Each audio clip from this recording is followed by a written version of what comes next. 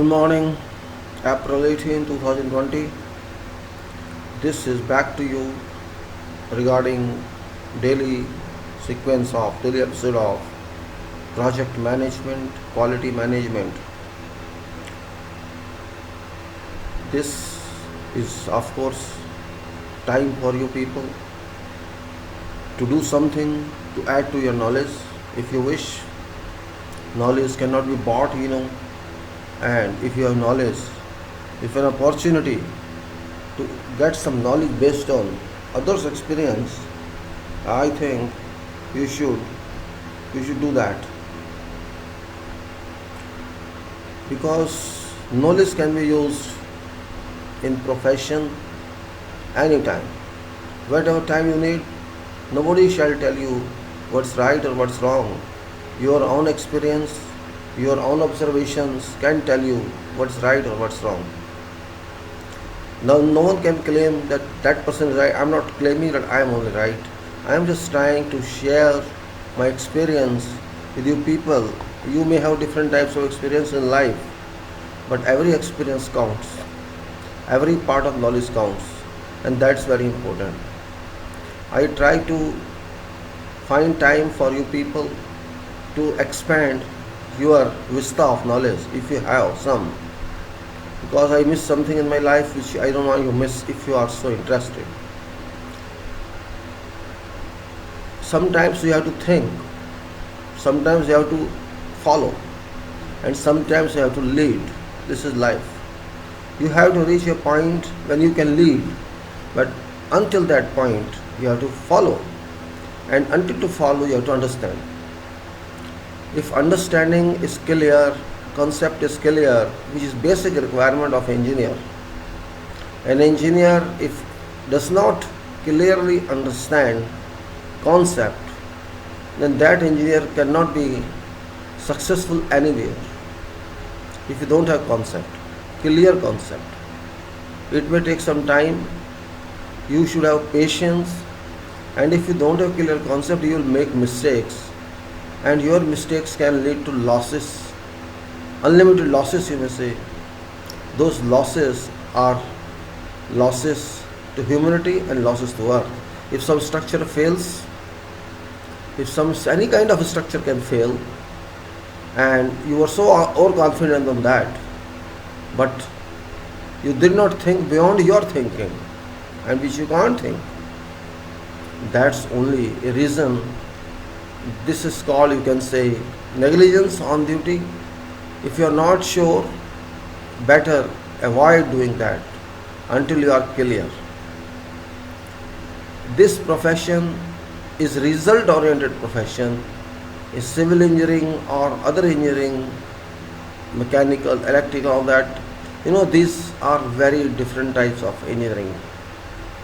In electrical engineering, if you miss something, result. Nothing works, machine explodes, or short circuits, or fire there, it can happen. Mechanical engineering is millimeter mistake is there, micromillimeter mistake is there, part doesn't fit in, it doesn't perform. Civil engineering, not that millimeter accurate, but it is structurally very powerful. If your structure fails, result. There is no end to casualties, and money is lost, everything is lost. What I try to say, whatever we have to do, we should do with complete thought-based mechanism, not simply on hearsay or conventional way. There is no conventional engineering. There is no thumb rule in engineering. I have seen people writing what is thumb rule, what about thumb rule means. They want answer through thumb rules, and which I avoid. There is no thumb rule and there is no finger rule. There is only one rule: design, try and calculate, and see answer.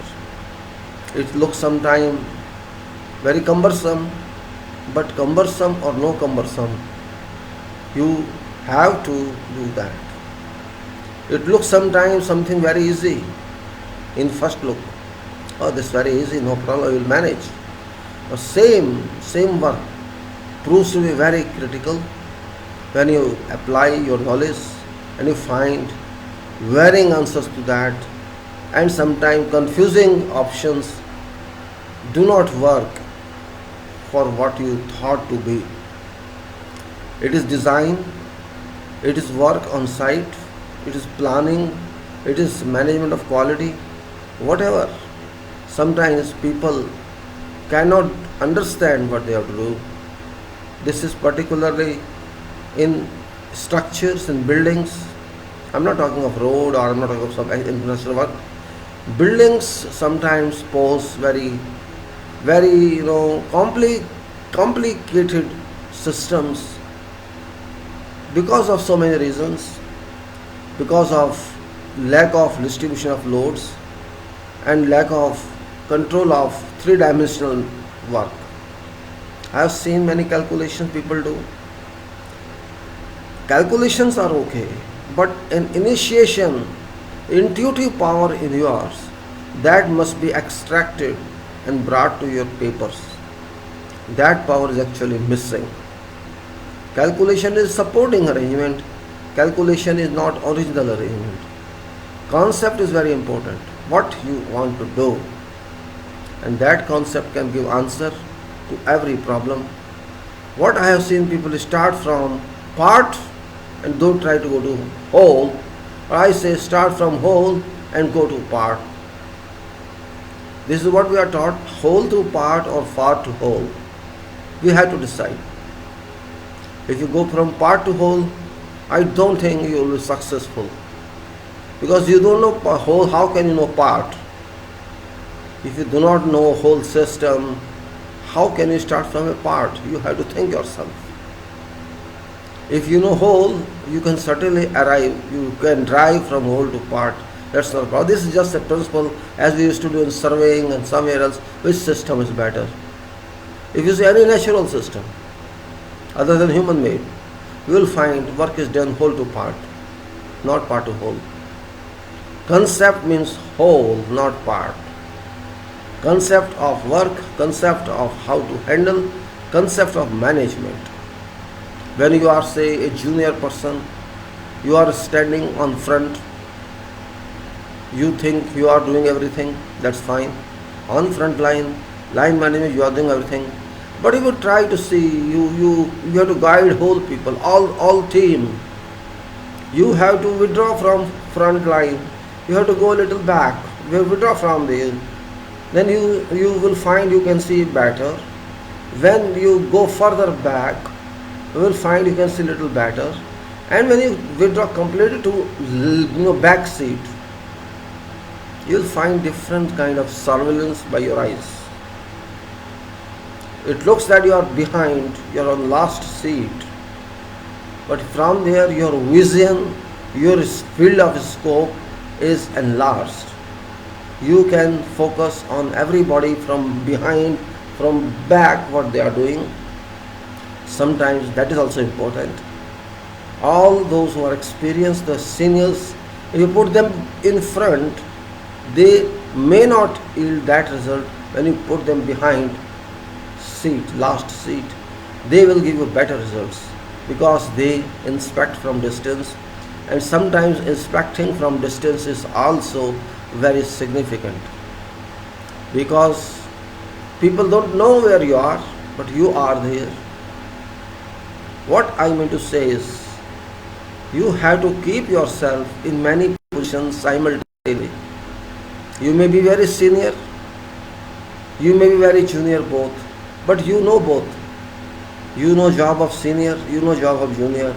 In fact, senior must know job of junior. That is basic requirement. If you put someone directly senior and doesn't know job of junior, that person can never succeed in life. Because procedure is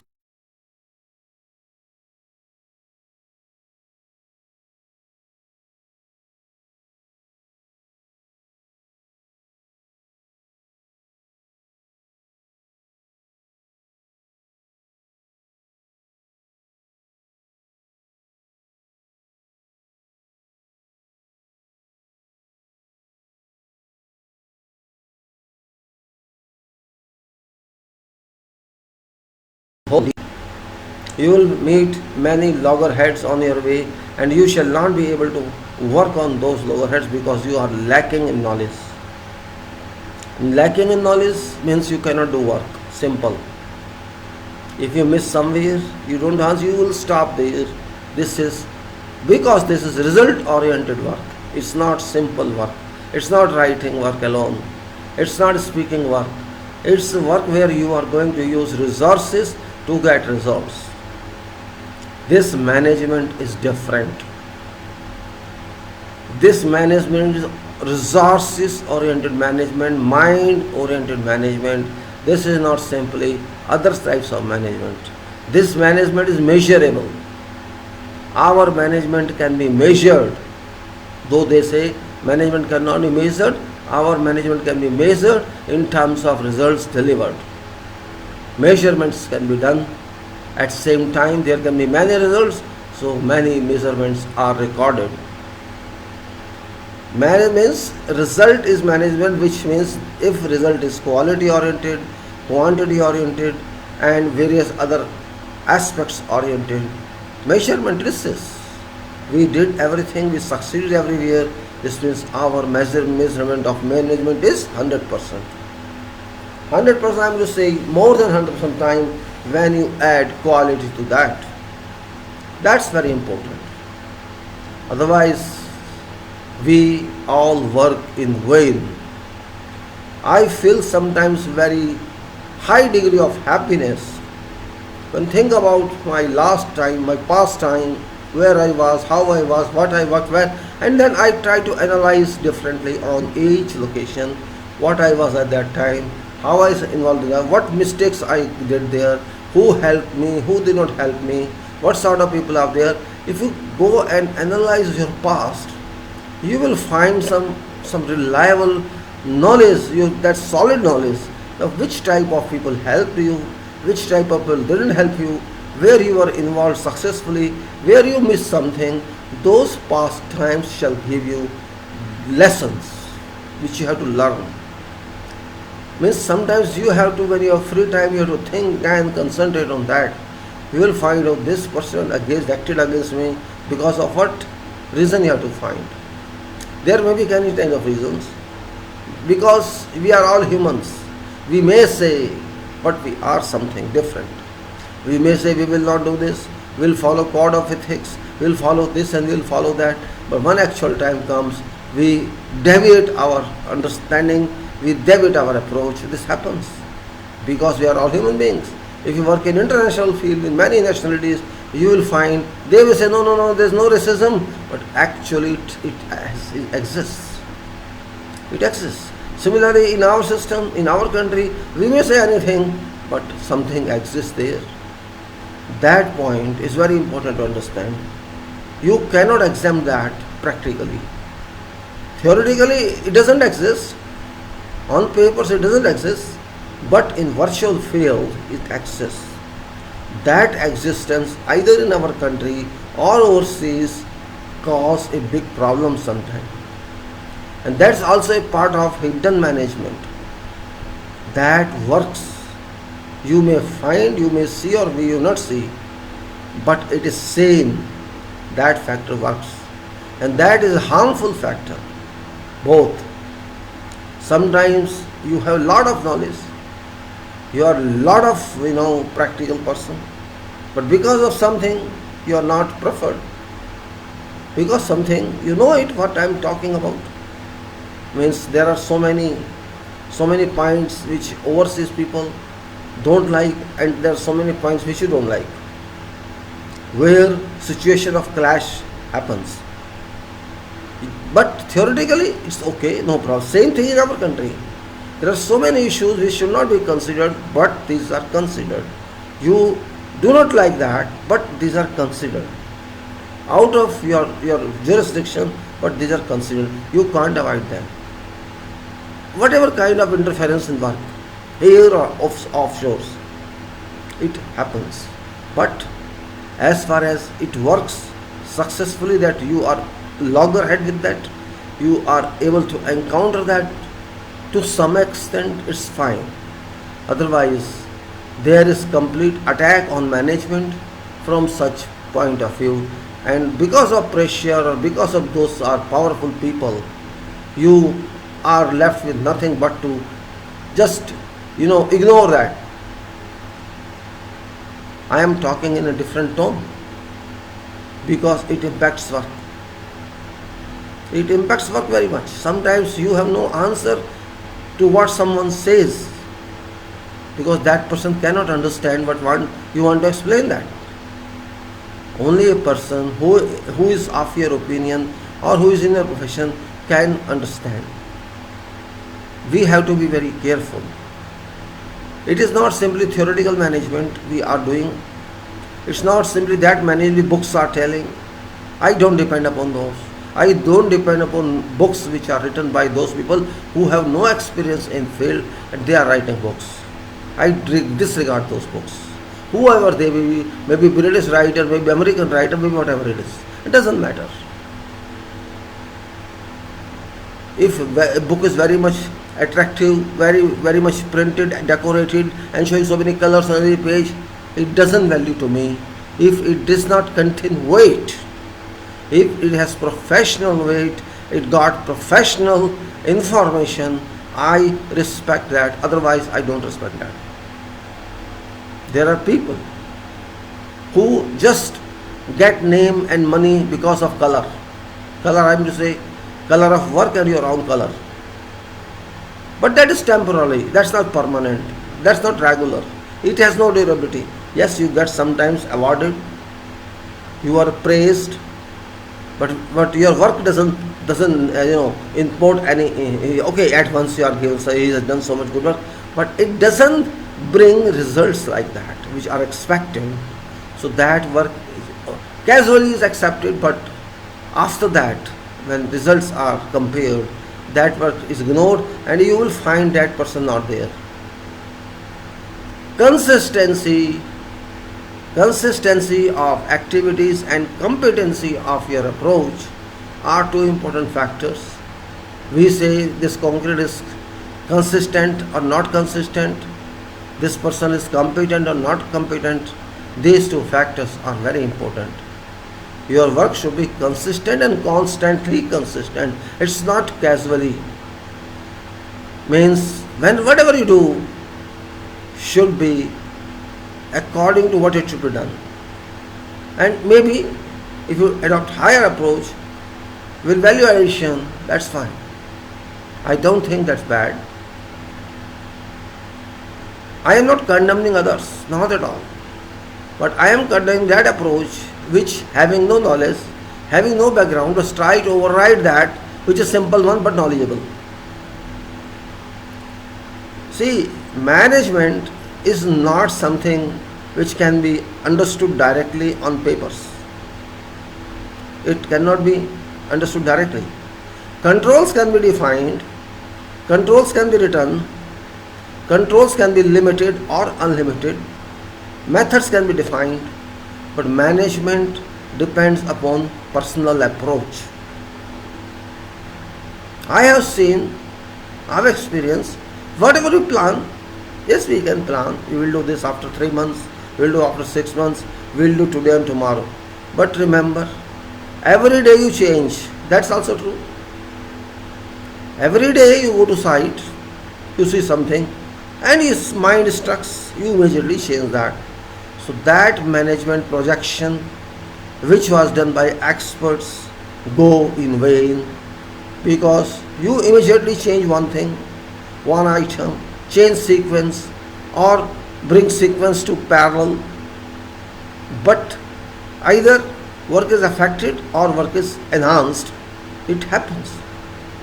Sometimes you can't think sitting in office or sitting in remote office how site is working, how your work is working, how can you improve it. But when you see on site, you will find different option. So day-to-day planning and look-ahead planning both are not directly related. Look ahead is imaginary. I say look ahead 3 months, look ahead 6 months, look ahead 1 year. Yes, you can do planning, that's not a problem. But that planning is workable, that's a question mark. Because it's planned just for sake of plan, sake of time control only, not otherwise, it is not going to work. Your plan itself should be quality oriented. Quality means those factors which are going to affect your results must be considered, but those are not considered. Those can be considered only when you know complete circumstances. When we read some tender or book document or some bid document or contract document, we find some conditions in lump sum contracts particularly. It is your duty, it's your responsibility, your obligation to go to location, to go to site and ensure about everything. Do not depend upon what we have written. It is your responsibility to think for future. How shall you do this? What problem will face? Whatever we could thought, we could think, we have done. But it is not final. It's not our responsibility. You are a contractor, you are experienced, you are supposed to be professional. That's purpose we are shortlisted you and inviting you. You go and assess yourself, because we are not going to pay you anything extra for that if you find something variant. It is written just to save their skin. They save their skin by such a statement, but you are covered by that statement. So maybe you have to go to site and find something, evaluate each and every factor. That's what I say, when you plan something, you have to keep everything in mind. Circumstances, that's most important. Unseen circumstances, which as planners you may not know. You may not know, and nobody would tell you, because you are a planner, you are a professional planner. Then who shall tell you? You have to tell yourself. You go, investigate, understand, interview people who are there around, ask them something if you can get some information. Means this is very, you see, a process where your mind and your experience involvement is a must. I am telling for planning because after all, it's planning that gives a document, start with, kick off and go on. And if document is actually not correct or it doesn't tally in line to what you think and want to do, it will collapse in beginning itself. We may say it's master document. It's level 1, level 2, level 3, level 4, level 5. You may say many levels. But those levels do not have risers. Those levels do not have right threads. So what is purpose of that documentation? Just like if you quantify, we say we are quantifying, we say, okay, you are quantifying everything based on your designs.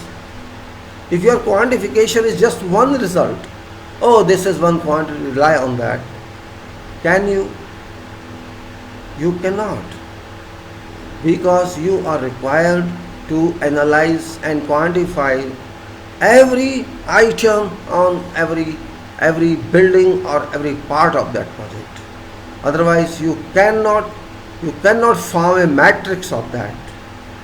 Matrix of all those project inclusions or components must be available for purpose of planning, for purpose of procurement, for purpose of every discipline required on a project. That is very important. Maybe you are confused or I am struggling. I am just telling, detailed study is extremely important rather than comprehensive study. Comprehensive study helps somewhere, not everywhere. Sometimes quantities cheat us. It looks okay, this quantity is very good, but that quantity is either too low or too high. In both cases, you shall be defeated. If it's too low, but you have to do. If it's too high, even then you have to do. You cannot get any kind of exemption from responsibility, concession from responsibility. That is a point to understand.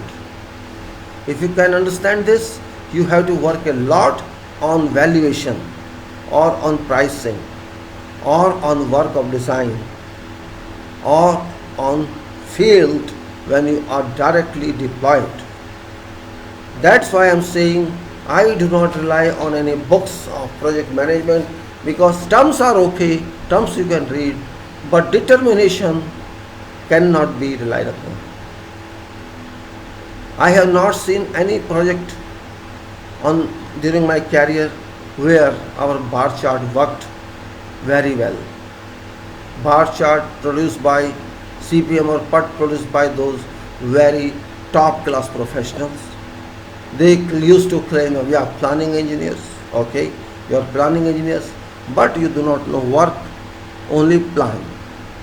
Do not claim you are a planning engineer if you don't have thorough knowledge of work. If you have to ask me as site person, how much work these people do, how you do this, how you do, and you plan, then your planning is incomplete. Without knowing ins and outs of activities and of project and of resources and of vicinity or local factors, you cannot plan anything. And since planning is very much part of management, it is very important to be understood, which we'll discuss later on. But now I'm just trying to elaborate what project management is or management is. Management and governance, management and controls, or management of something else, business, are all different. Management is a system. You cannot touch it once you make it, and once you think you can change it. Means system you are adopting or you are designing, either of that. Every time I say, if you are not capable to systemize yourself, then you follow some system. Wherever you are going to, you follow that. Or you devise your system. You cannot devise because you are dependent on others. You are servant to others. You cannot define and design yourself. But once you merge there, when you see people look at your face or they start depending on you, then you come to higher position and you can modify existing system or you can devise your own. That's why you see job descriptions are always changed. These days what fashion is that whenever vacancy is published, generally they publish job description along with that. Previously it used to happen. Title itself used to convey what was job on that project. Now even title is published but job is also described. Well, that is one way good, but too much explanation of that is also no meaningful. It's not meaningful. If you write 50 job descriptions of one party, this means I think it's meaningless. Sometimes you cannot explain to those people who have already experienced what they have to do, because ultimately on description itself at end you have to write this is not end and this can be varied. So it's only indicative. This means this is not reliable. It's an indicator that this type of work you have to do. Actually that is meaning of that job description. Like this kind of work you have to do. So it's not required. Howsoever it's required, okay fine. Just for your help you're writing or for convince some other party you're writing, you should come only when you can do this kind of activity in your job. This actually means that if you understand what you are required to do, you join, you come for interview, otherwise don't come for interview. That is that kind of indicative arrangement, not an absolute working arrangement. Sometimes people do not know what is their job description, title is there and they start doing and they are very successful. Because when you have no description, everything is described. You describe yourself, you initiate yourself and do that, nobody stops you. Because when project is concerned, there is no bar to do what you want to do.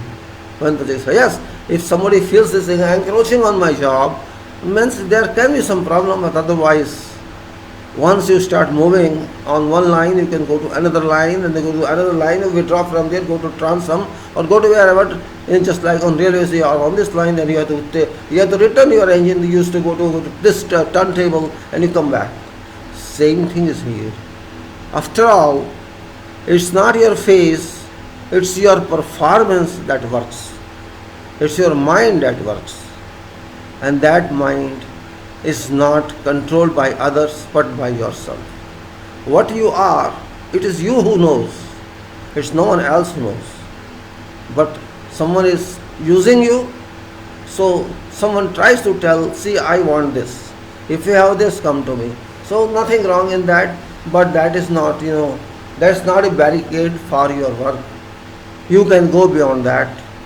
And that way I say, we have quality management. Our personal are not only at key, but they can have key and lock both.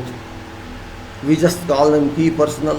What does it mean? That they have controls. Key personal means those who control lock. And lock is risk. Lock is work. You have to open and do it. So you are key personal means you can interact with all key personal. You can decide with all key personal, and that is called virtual management. So I think management, according to my experience, a kind of different world where you have to think first many times before determination of what you have to do, and that is where improvement lies. There can be many methods of one activity to do. Which one is best, you have to find yourself. By trial or error, or by assimilation, or by simulation, or by whatever means, by time management, by quality management, or by cost management, whichever is best for you. But every factor must contribute to project. I am just trying to share with you, before going to specific talks, what I understand about management. We are not actually managing project to be sake, to be frankly. We do not manage project. Project is already there. We manage system. We manage resources. We manage resources and you can say results. And results are quantity, results are quality, result is satisfaction, and result is ultimately use of what we do. That use is very important. Use means use of that property, you can say that asset of someone. Ultimately you are constructing asset. You construct a building, a flyover, or some other infrastructure, it is somewhere asset. You are not selling ideas. You are not selling talks. You are not selling walks. You are selling assets which are going to work for decades to come. So your work is something different. Who can produce asset? Only a person who himself is an asset can produce an asset. Nation is an asset. Its contents are asset. It is engineering community only in every country that is involved in asset management, asset production. If you cannot do that, this means you have not contributed to your nation or to world. It is production engineering, long-term production engineering. Machine part may fail in few years, in 2 years, 3 years, or in warranted period, but your machine part is not going to fail even in 10 years, 50 years. It can be retrofitted. That is what I am saying. We are not doing ordinary management in terms of management. Even those who design management books, who design management definitions and terms, they themselves don't know. They just try to copy from somewhere and paste somewhere else. That's going on. Because those persons who deliver management lectures themselves never worked on management. There's a problem. I need a person to teach me who himself has worked in field, and if that person has not worked field, I think then I waste my time and that person wastes his time, because I cannot draw any specific knowledge other than just white collar job. So no meaning of that. Management doesn't mean having good clothing, tie, having flights and all that. It means you have to work as a layman. If you don't work as a layman, you can never succeed. because you are working among laymen. Layman means they have knowledge, but people consider them laymen. So you have to be layman. You have to read psychology of everyone. If you do not know your people with whom you are there for a couple of years, you have to work with them for 2 years, 1 year, or whatever duration of project. You have to know them first. It may take 10 days, 5 days, 1 month to know a person, because your duty is to rightly place that person. If you cannot place that person rightly, then you are not doing your duty. Sometimes title is one thing, but work is another. There are so many people I have seen, so many persons in life, that they by mistake gets one opportunity, by speaking lies say, or it's fault of recruiter who did not find what that person is. Just they send him, and that happens. It doesn't mean the human, after all, that's also human. If that person has come to job, that person doesn't know job. One job he doesn't know. It's not necessary that person doesn't know the job. So it is our duty. I'm just referring, I'm not saying that. I'm just saying that management says right man for right job. So it doesn't mean whomever you recruit, that person is right for that job. But that is a person. If that person is determined, is dedicated, is willing to work, I think you should give an opportunity there. That person may be suited for some other job, and that is your duty to interact with that person and find out what he can do, and maybe is much more successful there. It happens. Sometimes it works. So I'm just give an example how to manage. Their management principles want work, your interaction with work. Yes, that's right job, or best of survivals. You cannot simply say fittest is an answer. You say person should be fittest. Fittest means it is competition. This means only few can survive.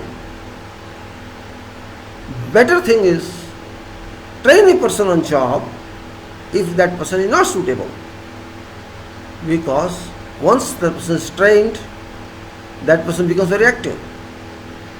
It doesn't matter then whether he got what qualification or education, because that person is learning now.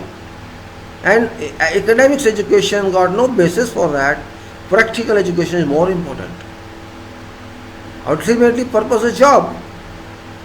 That person, if delivers results, what else you want? Nothing else.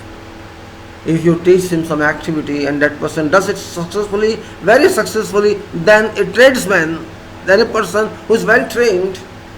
So this person is also trained by you. There is a training in industrial institutions by some instructors. But here he is trained by a professional. There is a difference.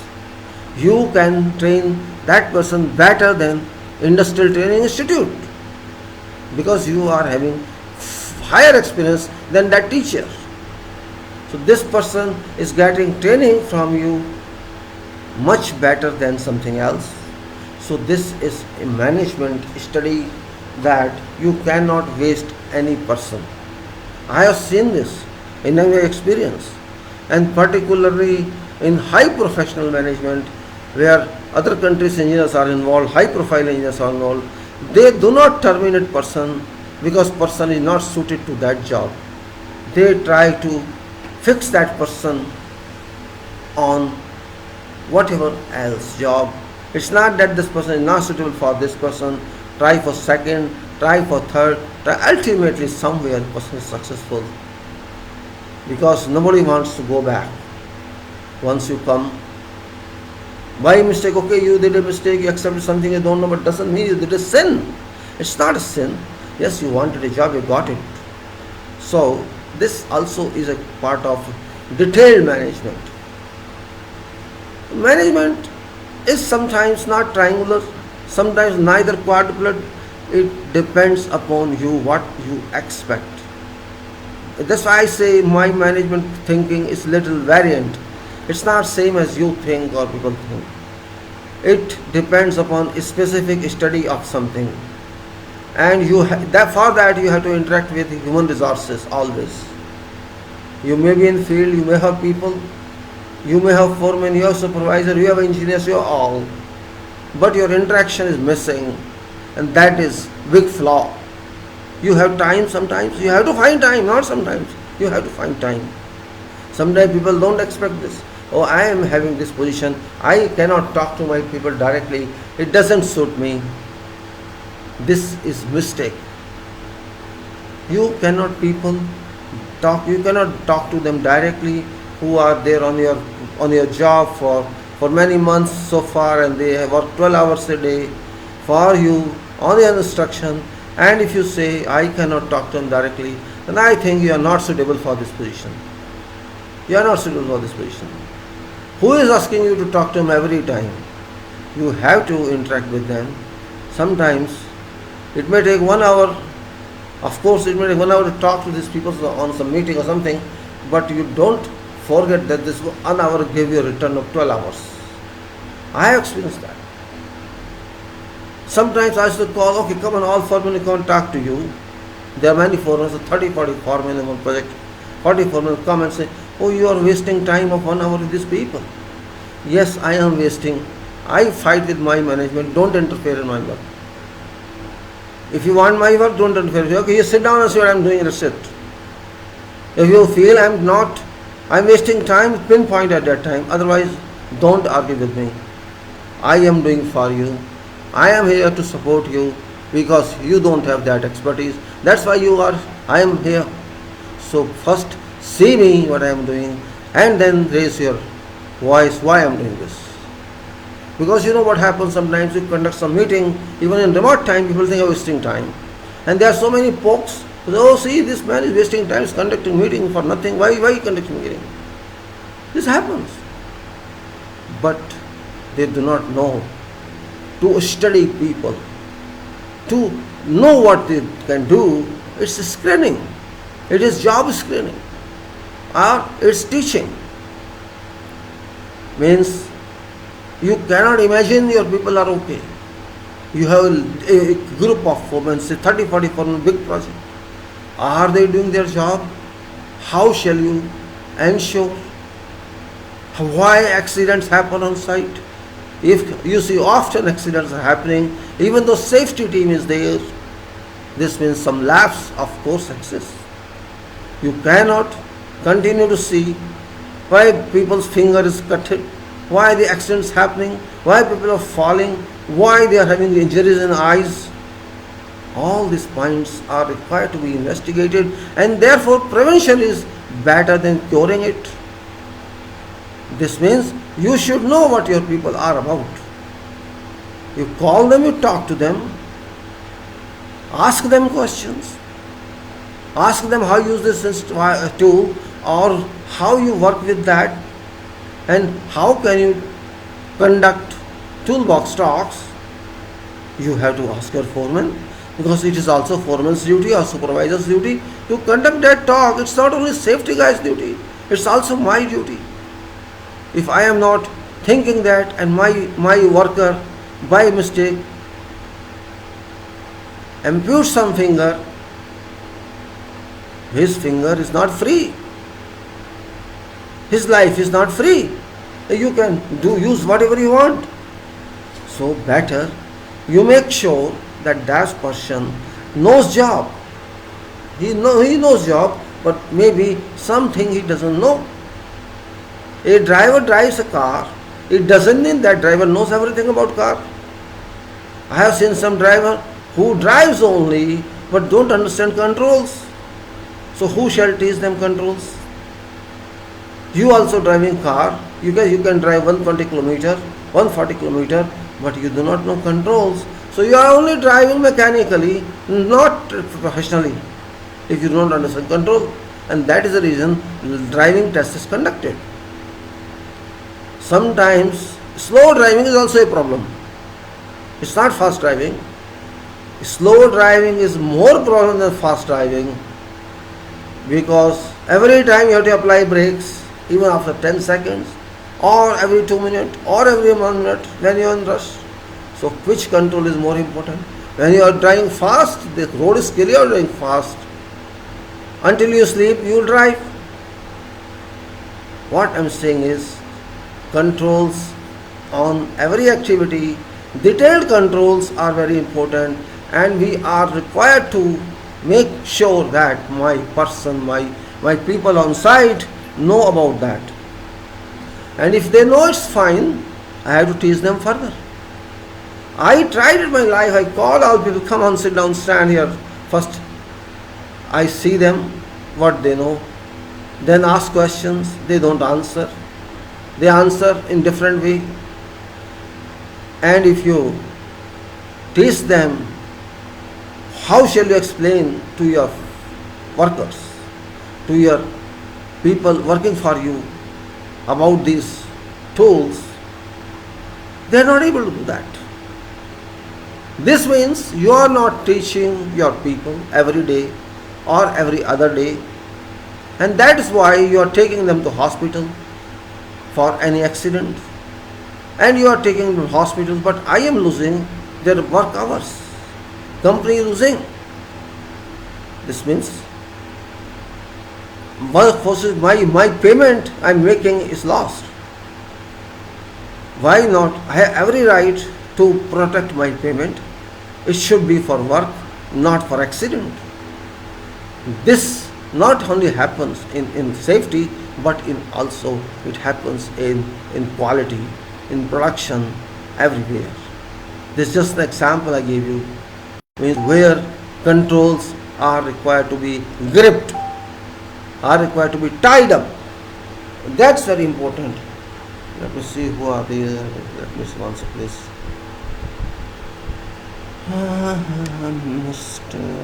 Anuj Singh. Okay, welcome. Who's there? It's clear sometimes. I can't read. My eyes problem. Welcome, Mr. Atul. Welcome, Mr. Abir, Mr. Abhi. Mr. Abhi. Oh, maybe. Okay, all right. Yeah. No problem. I can see. Well, coming back to quality system again.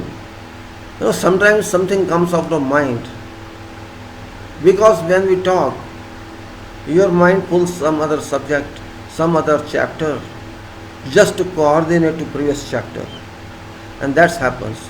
Now, because I am talking about management of work controls, management of construction, which is a different field, we have in fact many items in construction. If we start from excavation to final completion of project, and on those buildings or structures, you will find more than 150 items, 150 or more, and every item is different, which brings into your life from time to time those actions, those precautionary measures to be adopted, and those changes of personnel on site. You keep on changing personnel, you keep on changing management. Everywhere, at every stage, there is a change, because people are transferred from this to that one, that to that one, and we meet with different type of people, different type of management. So there's a dynamism in management actually. If you say project management is a dynamism, its meaning is it's dynamic. Our construction management is very dynamic. If you keep current situation in whole world, there's fast tracking projects. Previously there was no fast tracking projects. There were normal projects which consume years to complete. But when you are using equipment, machines and technology and everything, you have to rapidly move those projects. This means rapidly movement means complete dynamic energy is involved. You have to be active all time, and when you are active means you have no time to sleep sometimes, which brings both type of negative and positive health issues on project. Sometimes you are too happy, excited, and sometimes you are not, because it seems that nothing is moving. It happens. Passive time, active time. Sometimes you feel as if everything is okay, you are happy, but don't be sad when everything is not okay. It seems that nothing is moving, but things are working. Actions are ongoing, activities are ongoing, but results are not coming. But when results come, they come together also. That's also one aspect.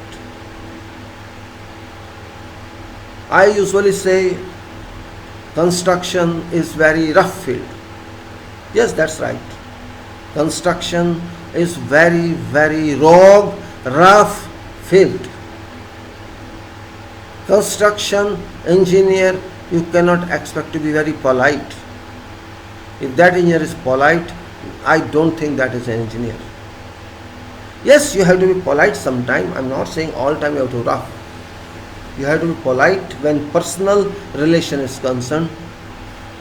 You have to act like an elder brother or father or elderly figure for workman, work person, because that person also seeks guidance from you. Sometimes happens somebody is giving on vacation, some Arabic person, labor worker, and that person comes to you with a tie. Sir, this is tie, I am going on leave, can you tie it for me? This person expects you to do that kind of activity because you know how to use tie. It happened with many times. Okay, I do it because that person doesn't know any use, but he wants some respect during flight and during going home. So that person is so free, he can come to you directly. I always keep my open like this. Okay, no problem, come on, I don't need any permission. You're my family on site. If I cannot give you 2 minutes from my occupied time, then what's my purpose to be here? I'm not a bureaucrat. I don't want to be a bureaucrat.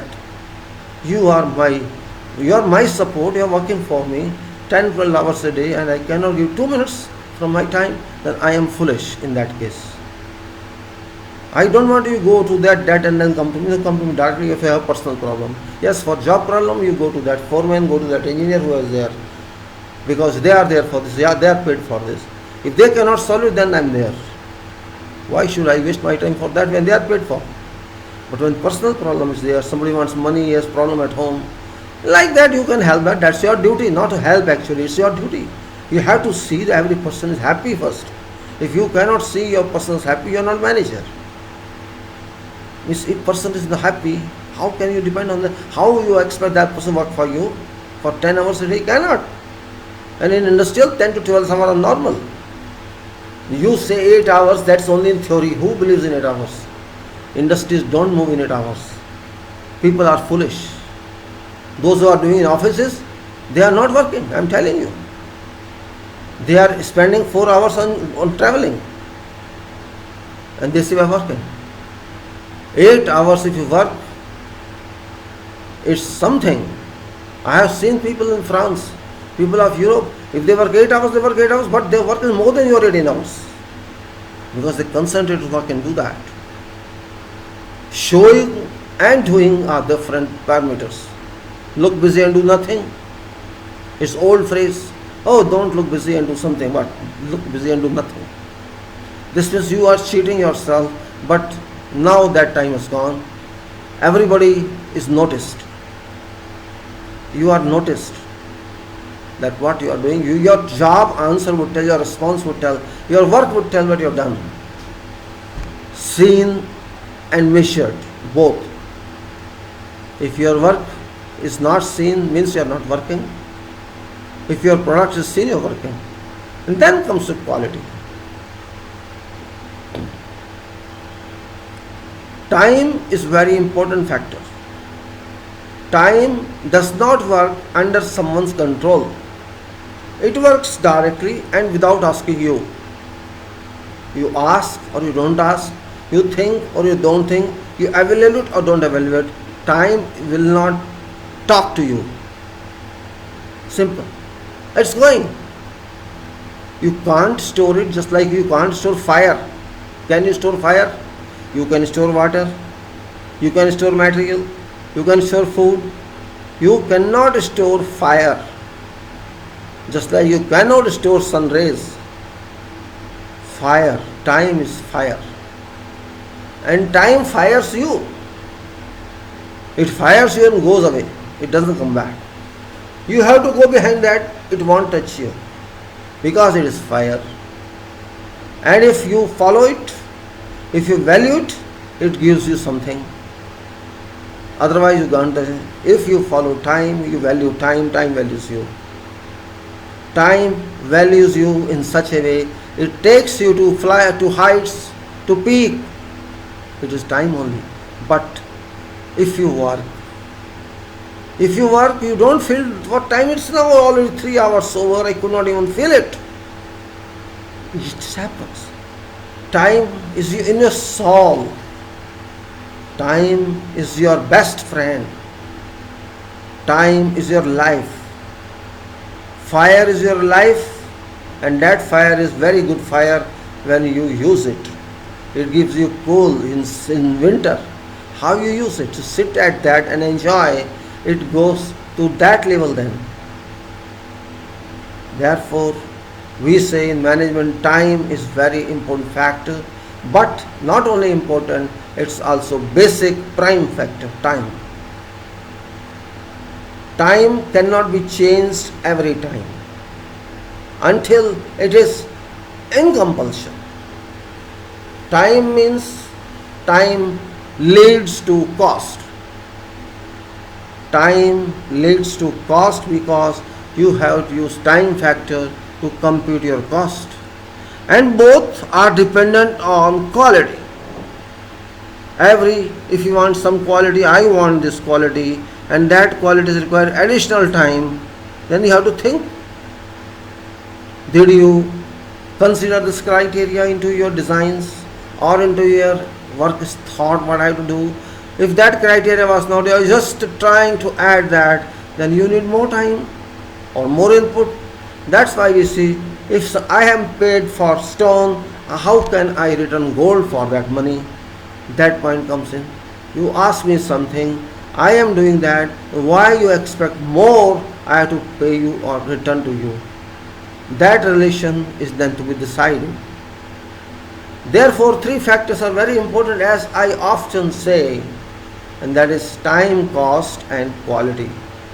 And others are supports like resources, like method of communication, like risks and opportunity, like other factors, organizational factors, and many other factors which come into play, but they are supports. These are leading factors.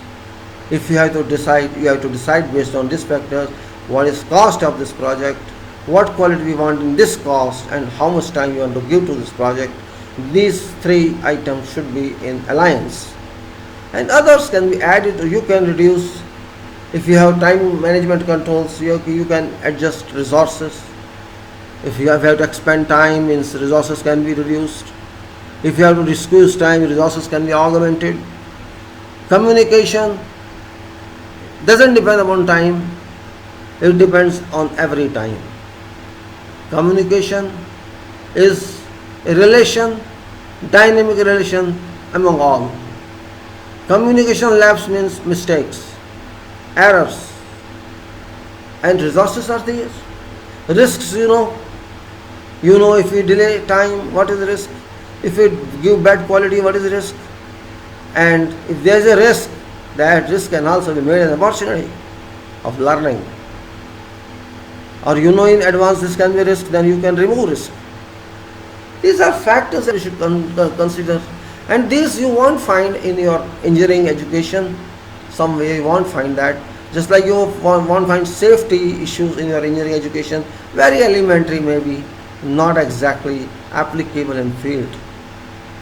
And also you won't find many things in your design, how to do something, nobody will teach you, because what you do, it depends on that work, it depends on one method statement cannot be generalized.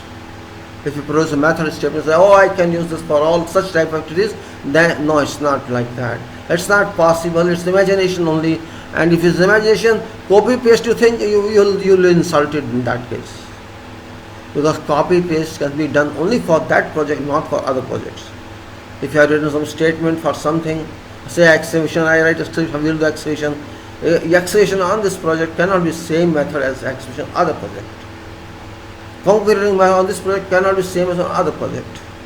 So it's up to you how you do this. As much documentation you do for practical purpose, that documentation cell tell you what you have to do, then a stage comes.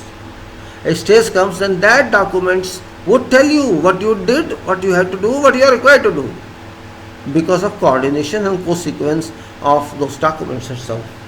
It becomes a speaking arrangement for those when you are not there. You may leave or go on vacation or you are transferred somewhere else. Somebody else is there. That person, if you go through that documents, will know what you are doing. Rather than sitting together and explaining what I mean, you can't explain to some person in 1 hour, 2 hours, 1 day or 2 days what I did. It's not possible. Yes, you may say, okay, this is file, there you find this one. You can't explain everything you have written that.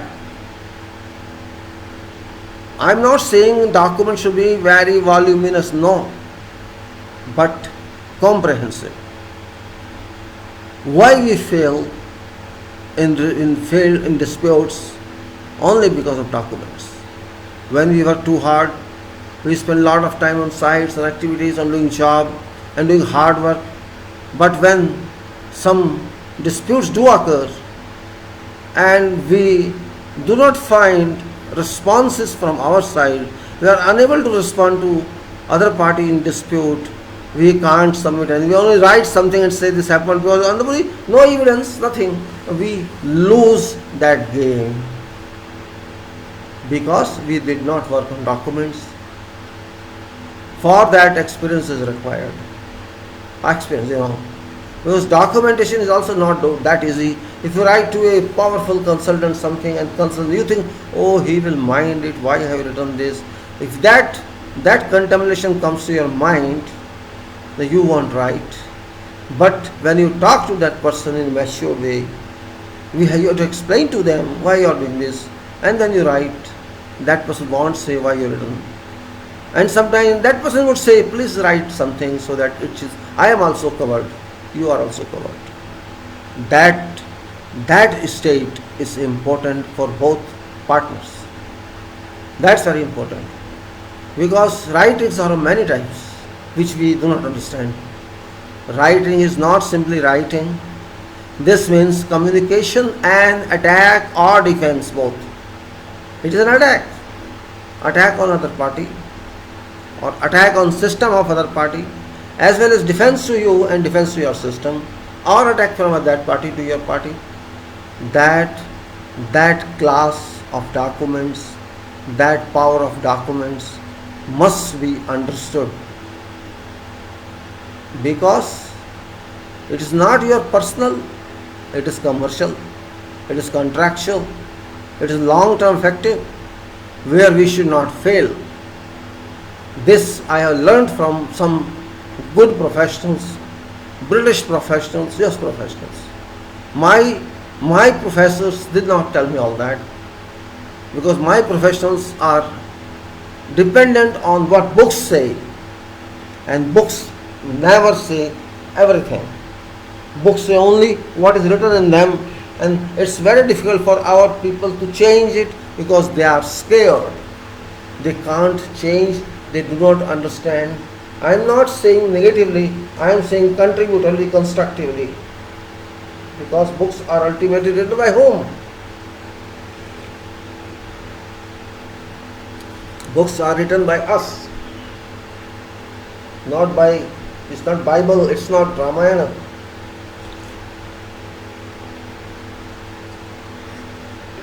Sorry.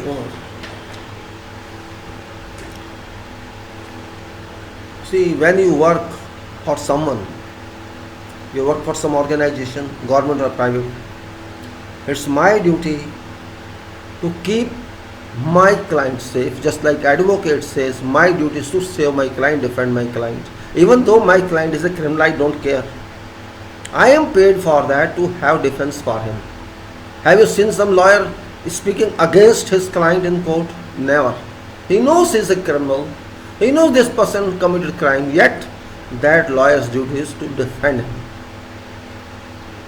This is understanding of profession. If I don't defend him, what is my purpose there? Then that person will fight himself. That's why he'll say, yes, I've come to die for you, punish me what I want to punish. Same thing is for us. We are better than that place because we are not caught here. We are delivering something what we are required to do. We are spending money on production to be delivered. We are paid for that. So it's our duty to protect ourselves also, that other party does not demand something undue of contract. If I have to pay according to what I am paid, where is dispute? No dispute.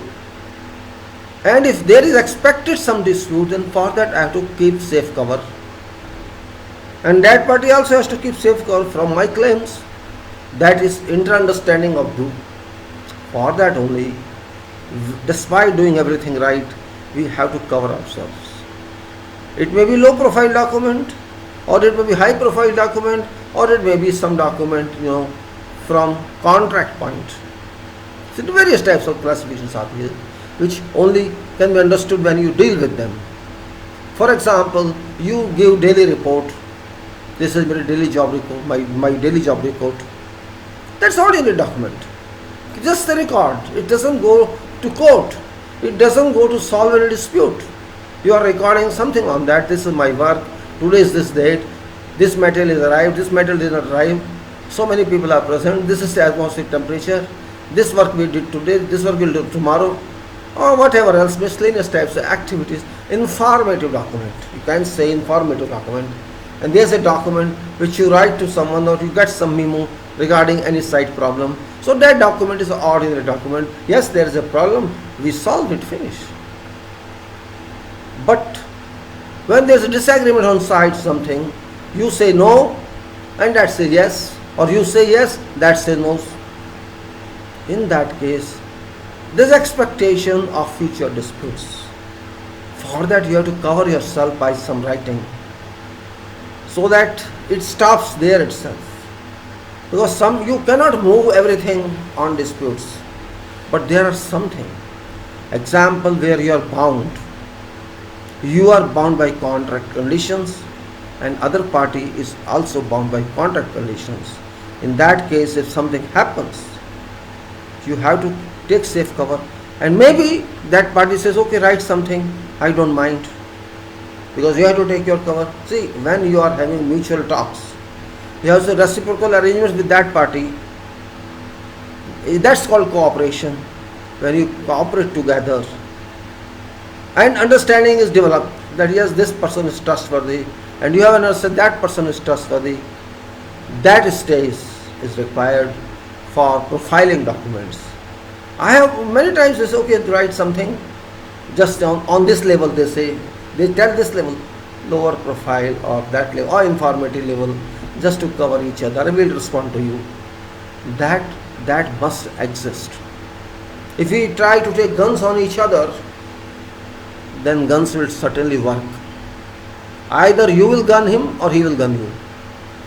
That is not a part of project management. We should not forget that whoever is there on project, his goal is, our goal is to do that job. That's it. Because we are paid for this, and that party's job is to say that we are doing for what we are paid. This is a simple statement by many professionals. We are paying you, you do this, and you are doing it, we pay you. That's it. Nothing else. We don't want something else. Even then there are disputes because of many reasons, which we will talk later on when contract issue comes. I am just trying to say what management demands. Management is in many versions. It is in writing, it is in a speech, it is in meetings, it is in communication, it is in understanding and work. These parameters you have to cover. Meeting is not answer. Report is not answer. Your role is answer. Role is more important. When you are in role, you are in understanding, then don't mind dates. Okay, later on you submit, we will just agree now, no problem. You submit when you have time. They say no problem, take your time. You don't mind. That time you start as a family, as a group. And ultimately you are a group. Theoretically you are a group, you are a contractor, you are a consultant, you are an engineering group, you are a company or whatever. When you decide that this is our goal, then this classification doesn't work on site. They help you, you help them. So simple. Because contractor doesn't mean slave and owner doesn't mean master. It's service. It is a service. We are a service provider. We are providing you contracting service, construction service, and you are paying me. That is a relation, nothing else. How I become a slave and how you become master. It's the sales and purchase issue. You are going to buy something, I am selling you, that's all. This is contract. This is not slavery, and we have to abide by this contract. And of course contracts do have deficiency. It doesn't mean we don't understand that. Contract doesn't mean you have to check comma, full stop, apostrophe, semicolon, that. No, that's not required. Meaning is more important. Clause construction is more important. What do you think by this is more important. There are so many clauses in contract which never come into play, but they are there for rare emergency. Now we explain in clauses what is the meaning of engineer, what is the meaning of contractor, what is the meaning of this. We know meaning, but we need to explain. You see some contract, you see in first page it will find this is this meaning, this is this meaning, this is this meaning. You know that meaning, even then you describe. Because it's written document. We have to agree one thing at one time, so that within this limit we will talk, not beyond this. If something is written in that, we will confine ourselves to this limit, will not go beyond that. That is beyond. That is only purpose. It doesn't mean that this is only you have to read one by one. Sometimes you are doing some bidding, you are reading, you as an engineer working on bidding, you are going to talk, your company wants, your company is a very big one. No, we want legal consultancy. Do one thing, send this to your legal consultant. Advisor in companies, lawyers are there, advocates are there. So we send, it's not I'm not losing anything. Let it go. That legal advisor works on this. That person writes so much on that, it comes back to us. And if you read that, what recommendation comes from lawyer or advocate? I think you will not bid. As an engineer, you will not bid. If I am there, I cannot bid that document. Because advocate thinking is completely different. Advocate starts thinking that now it starts a court job. If you use right recommendation, if you change your tender, then you will, because there's a question mark by that advocate, and this question mark must be clarified by whom? By that person who is consultant or is designer of contract. If it goes to him, he will get mad. I have seen that. Here comma is missing, here question mark is missing. Oh, hey, this is different meaning of this. We are engineers. We cannot go to punctuate everything. Standards clauses are there. Construction of those clauses are known. We are not going to work as advocate or judge. We have to work. We have to work in defined time. We are not going to work in 30 years like judges do. A work, if you do not complete in time, we won't be paid full.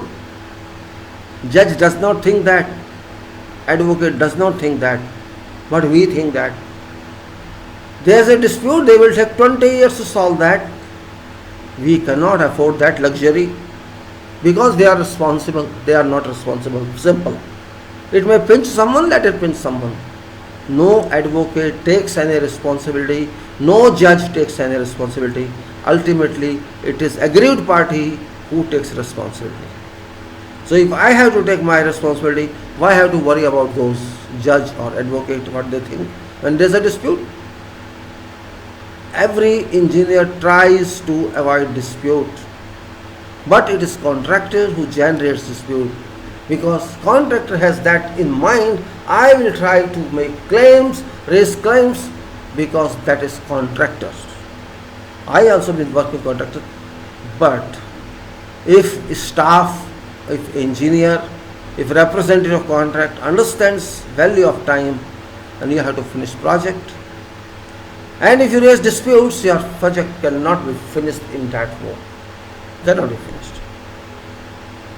There are so many activities on sites that supervisor can stop, consultant can stop, he can delay. Because if you start disputing like that, there is always red light. You have no authority on that. There is some tolerance given.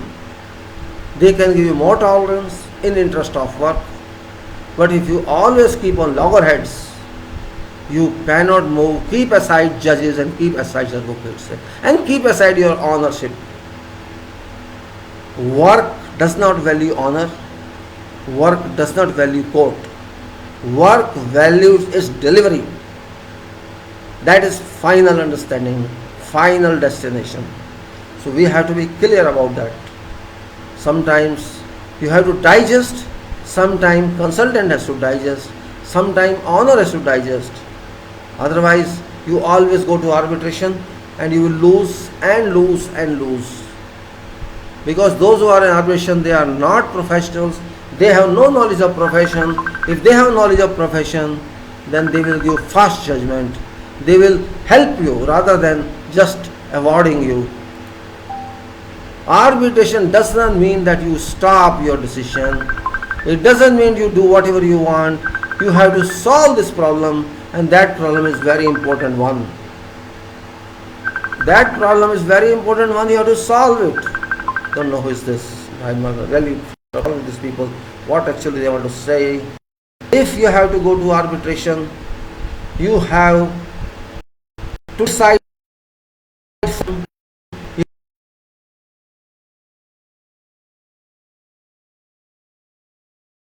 There, they don't understand work, they don't understand contract, they understand how to raise objections.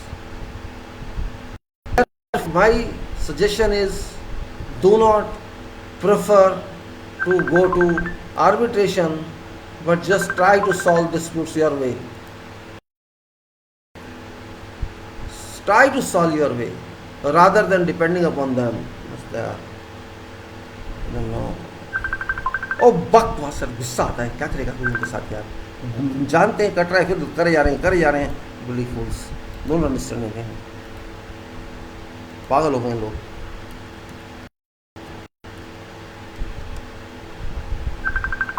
Oh my God, look this bloody fool.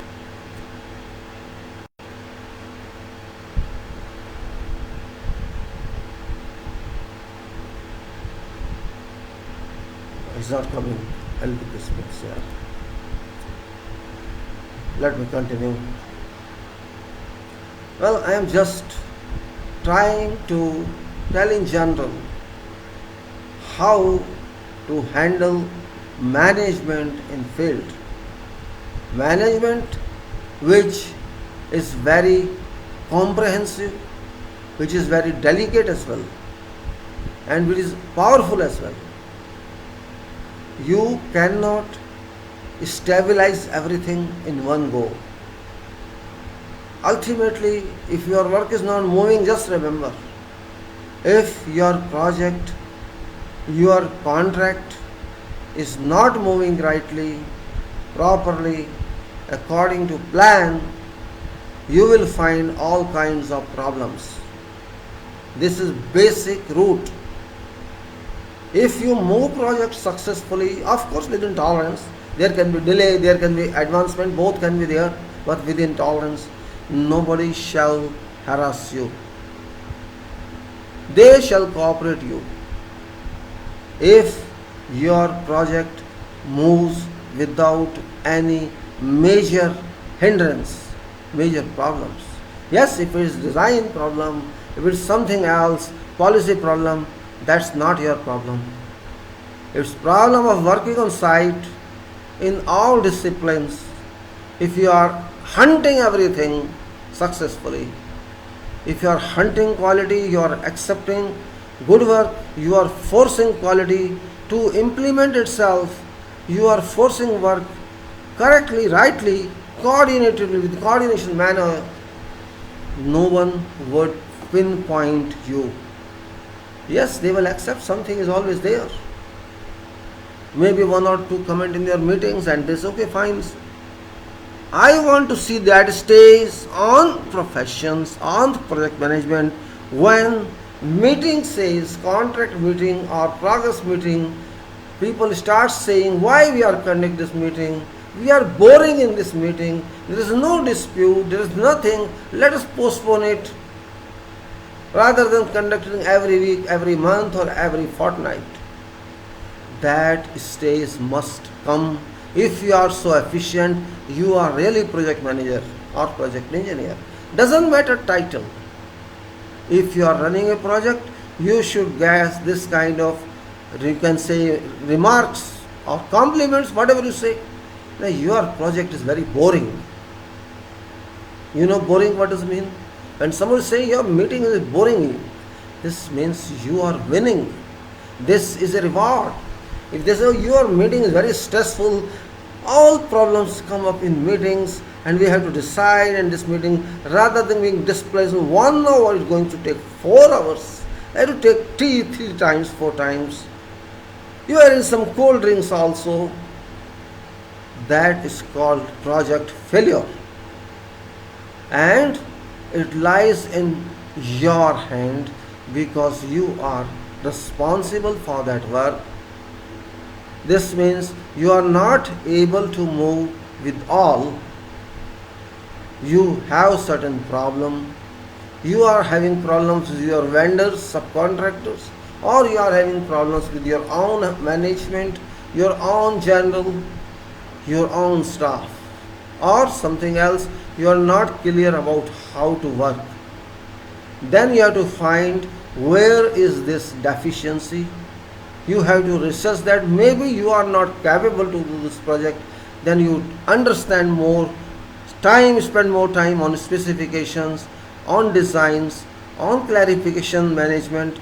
You try to learn more on that because maybe you did not understand that project. You did not understand what's priority on that project, and you think that you know everything. You know, in beginning, it's a stressful work for every new responsible person to start a project. It's not that easy job as you think or I think. Starting is always very stressful because there is nothing. There is nothing you have to start. And once you successfully start consuming it 2 or 3 months, probably, generally 1 month is meant for mobilization, and then 1 or 2 months you have to make submittals, and you can make submittals only when you study project. If you blindly submit everything, you shall start earning bad name from beginning itself, because when it goes for examination or scrutiny of documents, they shall hold your threat. You did not study this. This is not required, but this is required. You are just submitting this. From that time onward, means you have to count down your days on that project. You have to concentrate on that project documents, project contents thoroughly. And that is what experience is all about. Why happens? Because voluminous documents. You will find voluminous BOQs. You will find voluminous drawings. You will find voluminous volumes of specifications and documents, and you feel, oh, how can I study all these documents? Thousands of documents. How can I study 1 month period, 15 days period? That is where problem lies. But if you are experienced one, you won't worry about those volumes because you know what is that in volume. What is there in that volume, you know it by virtue of your experience knowledge. Your experience knowledge would certainly tell you, you'll just move pages and see, okay, this will come on, leave this. In 1 hour, you'll go through 1000 pages. Because you know that. Problem erupts when you do not know that. And that's why I say learning is very important. Management means learning and apply that learned knowledge, lessons learned. And it is only reason that new engineer is given smaller projects. Then you go up, you get more size projects, more valuable projects, and you are given, because you are gaining experience which your degree would not equip you with. This is called progressive management. Progression, you are on curve of progression. Means you are getting to a state, if you are given document or to prepare document, you will also be able to prepare such documents for new projects. Means here you are learning, but you are also learning what these documents are, and you are learning about these documents, and you know what is linked to the project of these documents. This means you can, and you will find same type documents in all projects. So you can think of how to draw these documents yourself, provided drawings are available, provided specifications are available. You have to edit them to suit for new project. That is where your attainment comes in.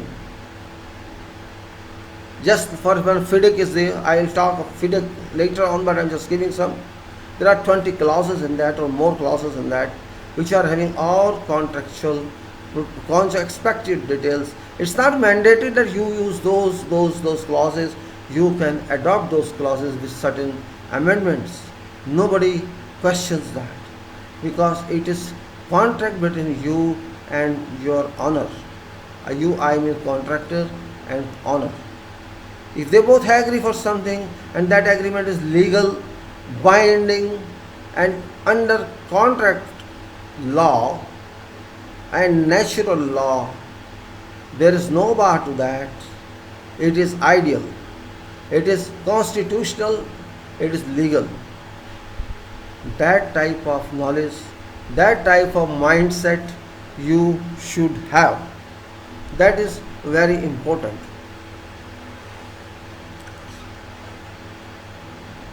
Sometimes you have to think beyond. It's not that only I can't understand costing, I cannot do costing, only that person has to tell me. Cost controller would tell me what is cost. No, I don't say, don't act like that. Don't expect others to work out costs for you. Why you depend on others? Yes, advice you can take, feedback you can take. Maybe you are not clear for some rates of items due to whatever reason. That analysis you have to do. It's not difficult. Method you understand, activities you understand, breakup you understand. Take them on a paper and write, and then just take feedback of some rates which you may not be aware of, or you will invite quotation for that. You get rate. If you analyze that item yourself, you shall not forget it. You will remember that in your mind till your project. After that also you will remember that, because you worked on that. So say out of 150 items, you have worked on 800 items, because sometimes items are also similar. So rates are not a big problem in that case. Say 50 items you know very well, forget 100. Those 50 items you worked out yourself. You know every input and output. You know what manpower you used in that, what material you used in that, what benefit or you can say sunrise used in that.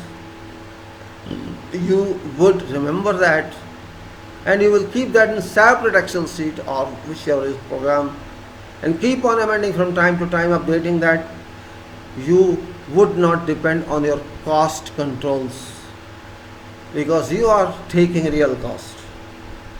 So you do not need any feedback from someone, and that is where your competency lies. Means you are leading your own cost declaration on that. You are declaring, this is my original cost excluding profit. You have used workforce, you have used cost of material, you have used some other cost of working or miscellaneous cost of testing or else, and then what element of workforce is there, what element of earth moving instrument or heavy user. You find out that. So you are self cost controller. There's a cost controller for formality purpose. That is where we stand. Let me see what these people are saying. They won't disturbing me. If you have a kind of approach with you shall enjoy costing, and once you enjoy costing, you shall be able to bid yourself to take this into your own hands, and that's very important. If you understand that, you can, yes please, yes, what do you want? Hello, what is this nonsense, bloody fool, get lost from here, show your tongue here, bloody fool bastard here. What sort of people are here? Bloody showing is nonsense. Fed up with these people. See what's time and they are doing nonsense or others. What you say? You are not angry? You talk something. If you are calling someone, you speak something, you raise some question. Do you know, what is this? This is Bharat. This is culture. Anyway, just disturb for nothing. Detract me. I was talking of cost. I have seen in profession that costing is very complicated, but without cost you cannot do anything. Cost is actually competition in first go. After your technical competence is accepted. But remember, technical competency also relates to cost. If you are technically competent but you are not getting cost for that competency, you cannot be technically competent, because you are loser. You are charging cost which does not meet your expenses. How long shall you move like that? Okay, one project you can do, second one you cannot do. Therefore, if you are cost master means you are time master, you are price master, and you are quality master, because quality also is related to cost. If you increase expenses beyond your considered cost and your considered degree of quality, you cannot work that project successfully. You will bring debits to yourself and your organization. So keep in mind, cost factor is not price alone. It is adverse performance also. If you perform adversely, your name shall be out of list of competent or shortlisted bidders. So cost factor is very important, and if you know that, keep in mind while working out, you will be successful, otherwise not. That's why I said I can't exchange gold for silver. If you are paying me silver cost, how can I give you back gold cost? I can't give you gold if I am paid for silver. It's not possible. What happens? Because people want jobs, and particularly in those days there are no jobs. Like situation now is coming because of economic fall. There was a situation sometimes in whole world, in construction industry, in contracting, that people all over the world used to fight for, just like it's a war for them to win a project. But 80% of them, 90% of them left projects. They warred. They were on path of war to get projects because of no projects. They wanted to kill each other price wise, but failed to perform. So what's the purpose of those projects? If you have to run away from those projects because you are not going to face losses, you are not interested in losses, what you wanted to bid without knowing what consequences would be, that stage is called foolish management. Don't compete if you can't work better.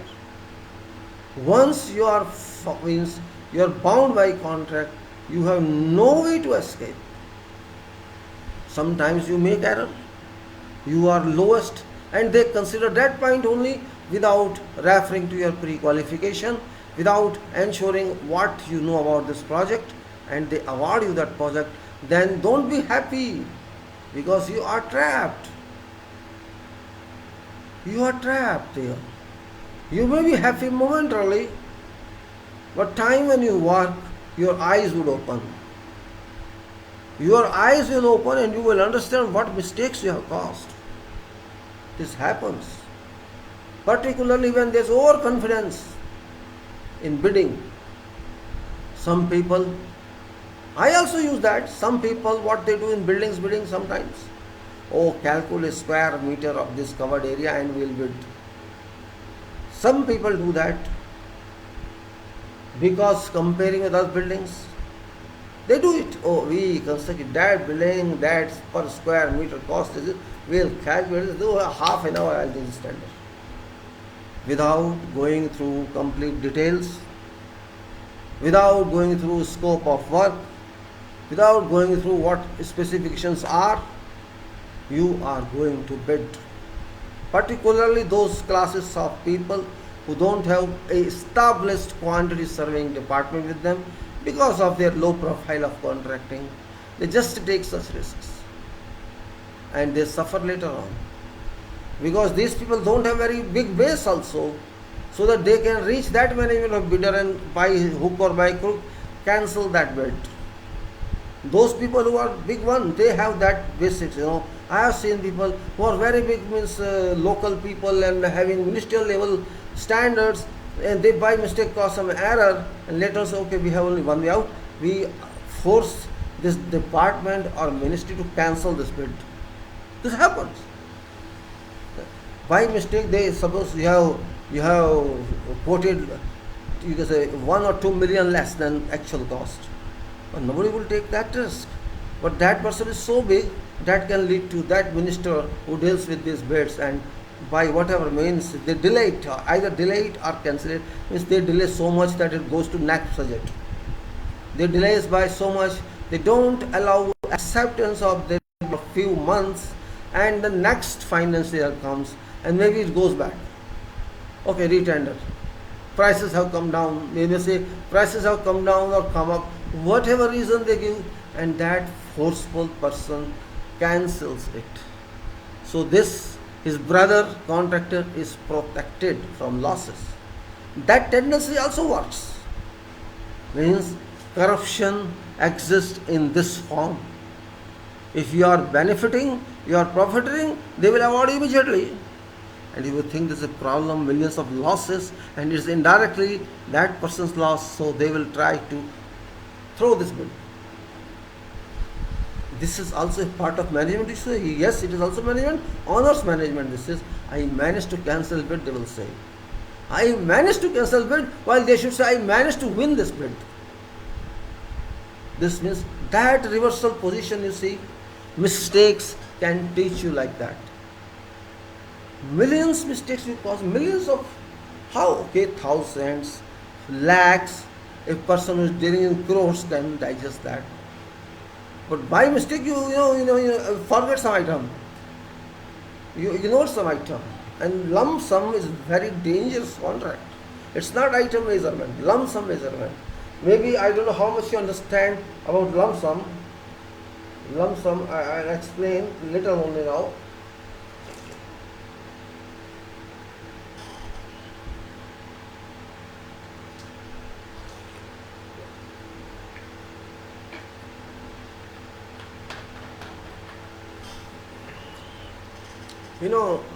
This one class of contract which is called lump sum, and this another class is called item rates. Item rates something else, means every item is priced and based on those prices you are paid. There is no fixed amount. Yes, this contract limit is up to this total figure, within 5% variation this or that. I am not talking of that. I am talking of a contract where you are given a drawing You are given book of specification. Certain conditions are these, and you will be paid this price, fixed price. BOQ may be there, but that is not contract document. It's supplementary document. We are giving you a bill of quantities for your guidance only. This is not binding document, and you accept that. Then you have contract, means you have specifications, you have drawings, you have contract conditions, and you are given an amount. If you do this, scope of work is this drawing, this location, and all the specifications, and whatever else is there, whatever requirement is there, if you perform this to this scope of work, you will be given this fixed price, no one unit this end, no one unit that end. That's called lump sum fixed price contract or fixed price lump sum contract. In that contract, whatever is given on drawings, whatever is given on specifications or else which is a part of contract, except BOQ. Why BOQ is there? I have seen that amount is binding on both, even if half of items are not available in BOQ, or even if double items are there, it doesn't matter. If there is a quantity difference, it doesn't matter. If there is something else, it doesn't matter. You are bound to do that work in that price. If you lose, it's your loss. If you gain, it's your gain. So simple. That is called fixed price lump sum, and generally all contracts are awarded as such. Why BOQ is there? First is this guidance.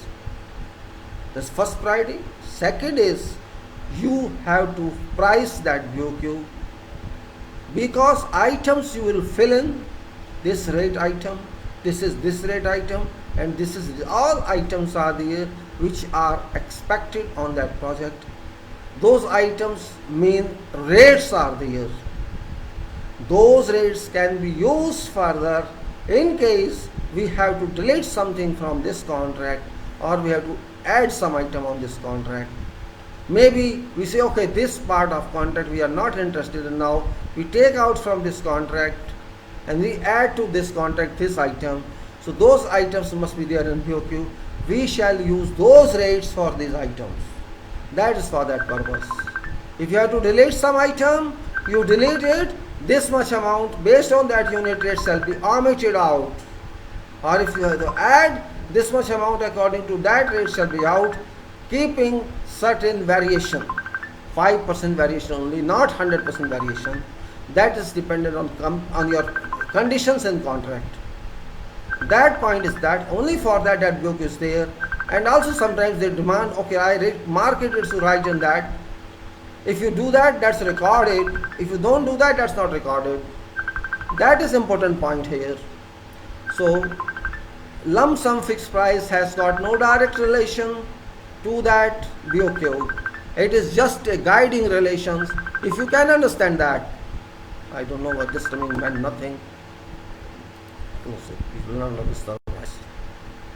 That is sole purpose of that document.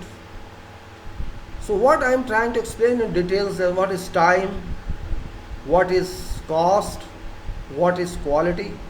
Now time is, they always give a time duration, or you can say time of this project, duration of that project. Whatever duration is given there, that is binding. No further grace on that until there is justification and there is an award of that. There is extension of that due to whatever reason, and whatever conditions of extension are given, those conditions are applied. But it doesn't mean every rain day is an extension. What happens that simply someone is like, oh, say for last 3 days we have been experiencing rain here, we could not work in this rain period, kindly consider this for extension. If you write that, you are not a contractor, simple. If you apply like that, for last 3 days we have been experiencing rain on this project in this area, we could not work, so we made losses of 3 days, we apply for 3 day extension, you are a foolish contractor. There is a condition on contract that you are experienced contractor. That is the reason we shortlisted you, we are awarding you. This means conditions also say you must know, climate history of that portion, that area. That's why you are there. If you are an experienced one, you should have experienced that also, that in this area, this is climate for last 50 years, or whatever means what you know, what sort of experienced person you are. If you are writing for 3 days claim, this means you do not know that area. Yes, if there is a force majeure is something else, or there is a suspension of work, either from your end or from your contractor or your client end, there can be suspension, there can be termination, or there can be a force majeure. Just like this COVID-19 is force majeure, which is not in parties' control, which is beyond control of parties. There is no way parties can handle them. That time is called force majeure condition time. War example is strike, which is not common, or COVID. All such conditions where you are forced not to work. You are forced not to work, or you are forced to work half time, which conditions were beyond your control. Those conditions are recorded particularly on papers, on records of contracts. Those are approved, not only recorded. These are raised claims, and that extension is granted so that that period is extended. That's okay. So time also plays a part here, I said, but you cannot claim for rain days or for high temperature days. That kind of claims are not accepted and even not entertained, forget acceptance. So this point we have to learn. Time factor. And time factor decides only, are you behind or you are ahead. If you behind schedule or you ahead of schedule, that is what time says, time management says. There is a S curve, generally known as S curve. That S curve, how it is being operating, how your performance is in line to S curve, that is a variation of time. And whether it is recoverable or it is not recoverable, that is also understood. If there is a chance of recoverable, there is a beyond time, beyond expectation, recovery chances are there. So they say, okay, give a recovery schedule. This is what time requires. Time is very important from beginning of project itself. You should not say you have plenty of time, by mistake it has come. You have become luxurious. You have become seriousless. If you are seriousless, if you are not serious, this is going to cause a big issue. Because this contract, every day on contract is significant. Every day, every half day, every hour of this contract is important. And if you do not do that, you cannot move with time. Time will leave you behind.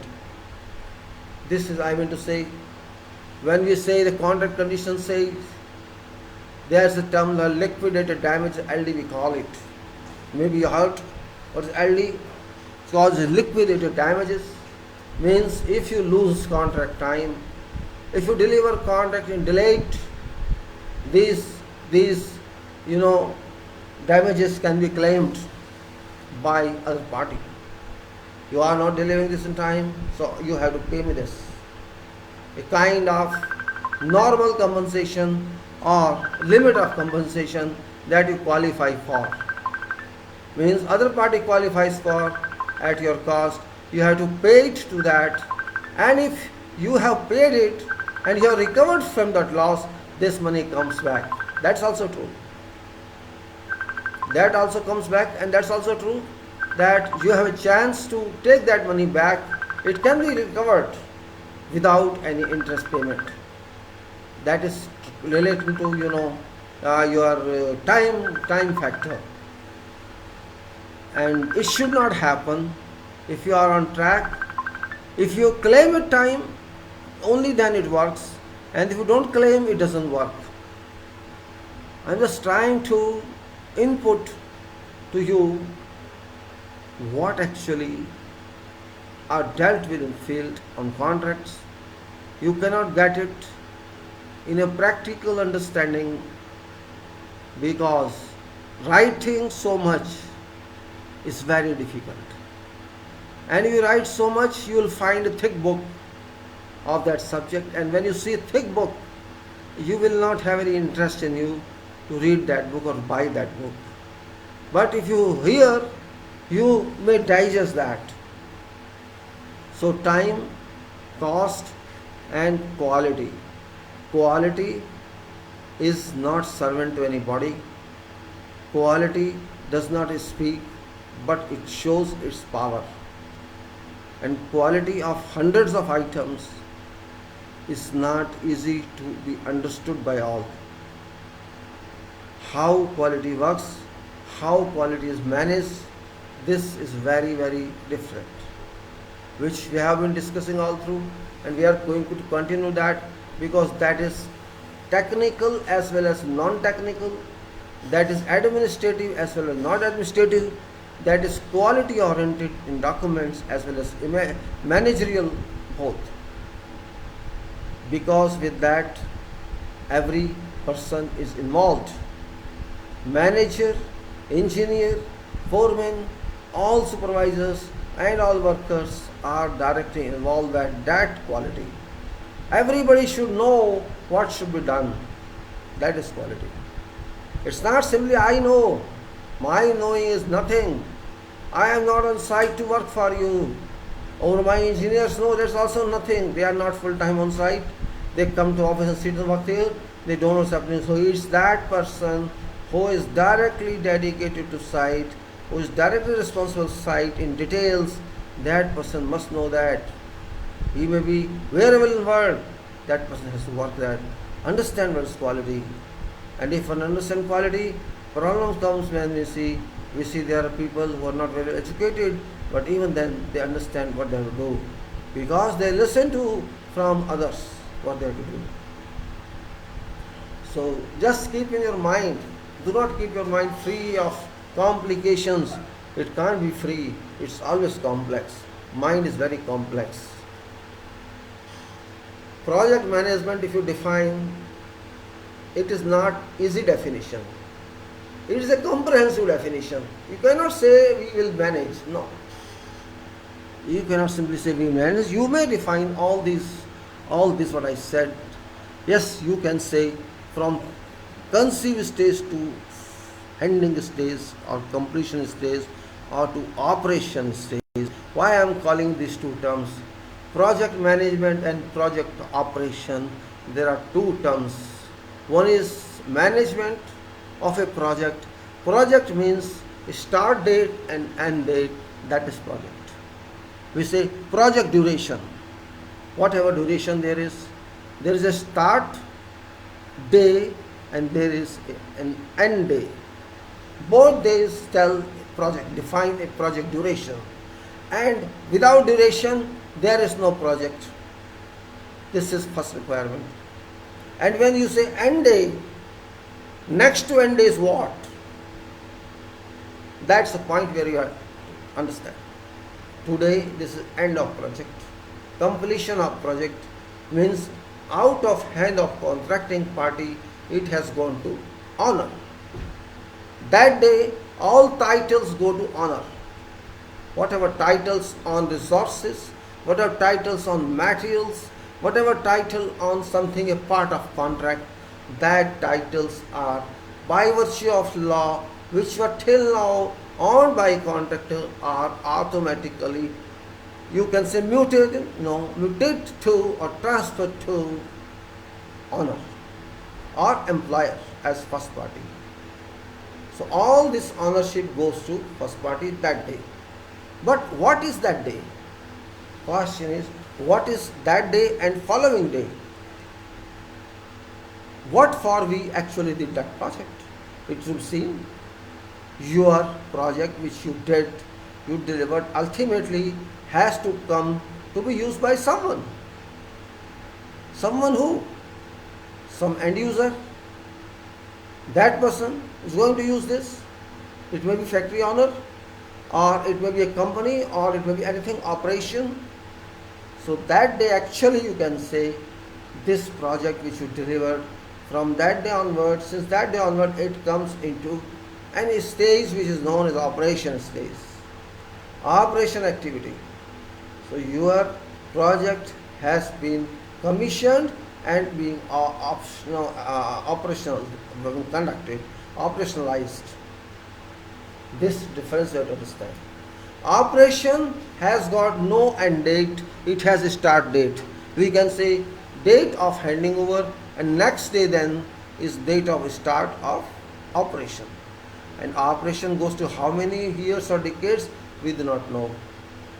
We do not know that. It depends upon operation people. They will not say this is a completion operation. There is a difference only this.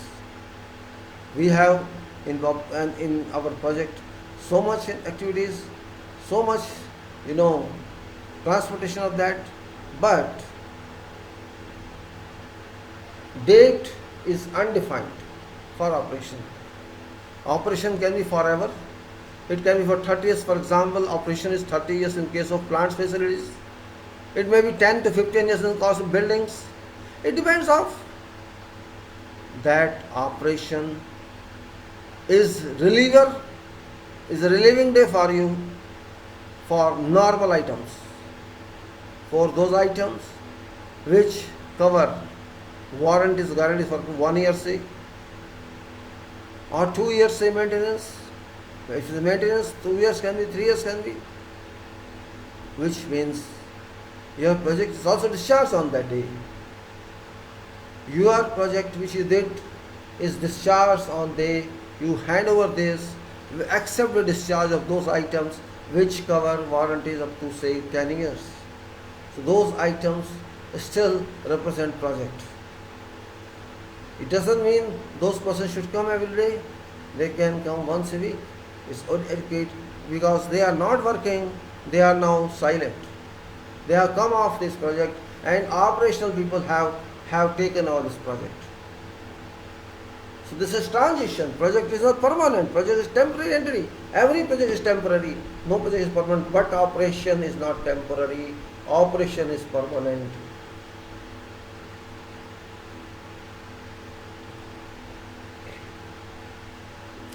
I am thirsty all while.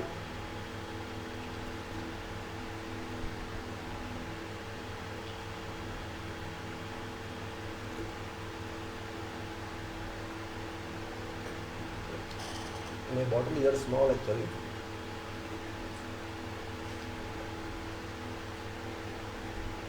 However, I got all this information casually from my records.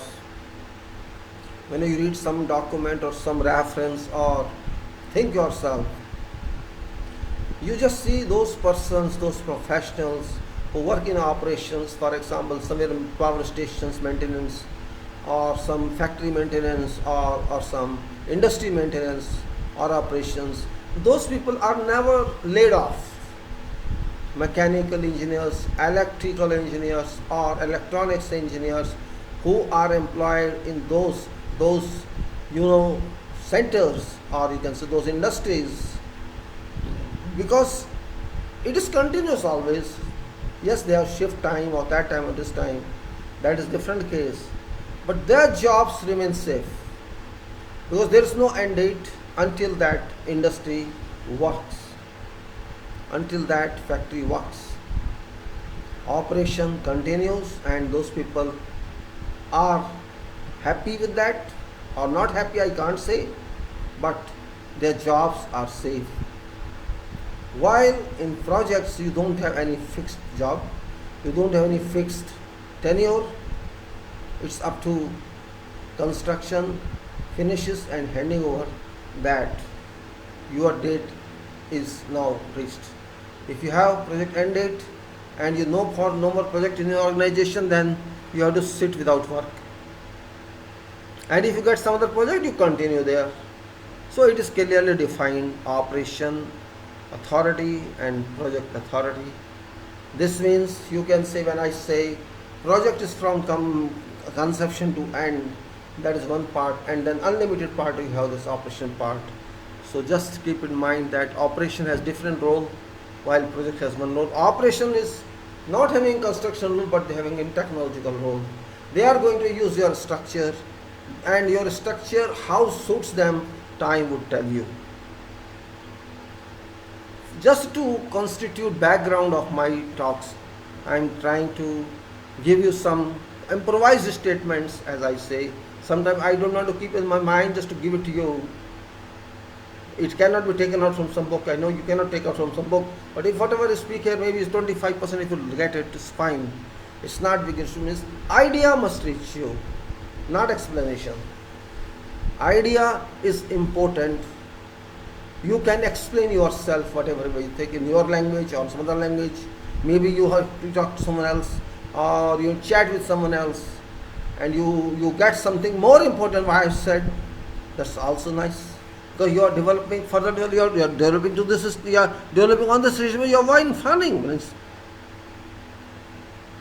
But this opportunity of further development you will not find in offices, not in designs, not in something else, only on these fronts. Only on these fronts. Because you are directly dealing with resources, you are not just thinking of resources, directly dealing with resources. So what I try to say, do not think that if you are in construction, you are down or someone is up. Do not think that. It is usually, I think, people take that way. You are in construction, okay, I am in design, will show like that design is, of course design is very different, it's very hard, but if you are involved in that activity, it's not hard for you, because you have done it many times. You have not done on site, so it's hard for you. But remember, there are easy propositions in designs. There are many proposals you can go through, check it, but in designs only, not in employment or in, you can say, with working with AD.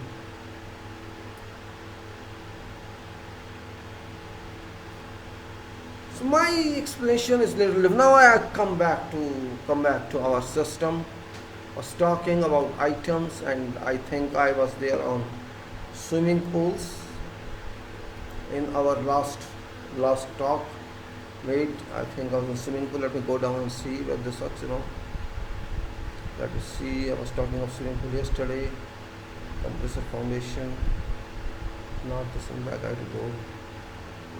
I come forward now. I will see where is that. Our slab. And this item is 17.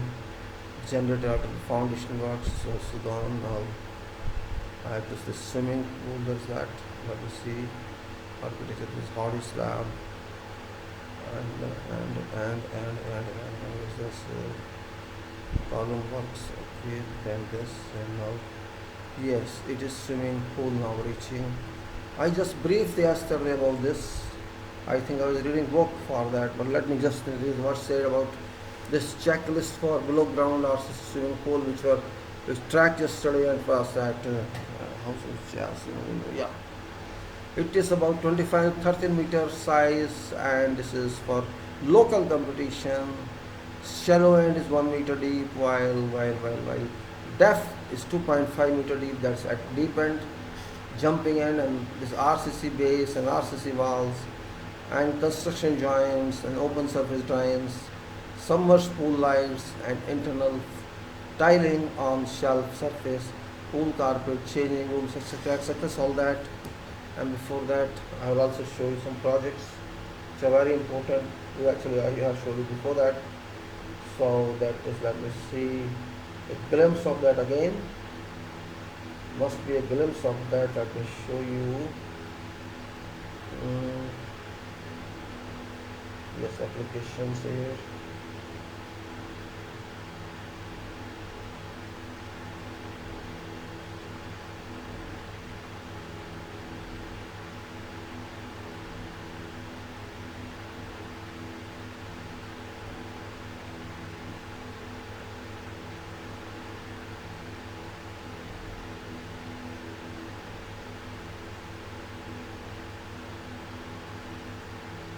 Mm.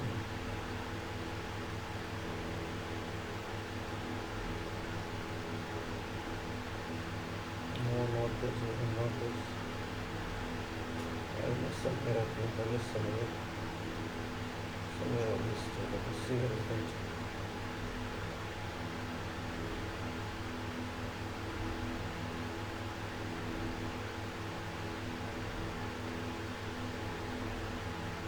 Okay, follow something.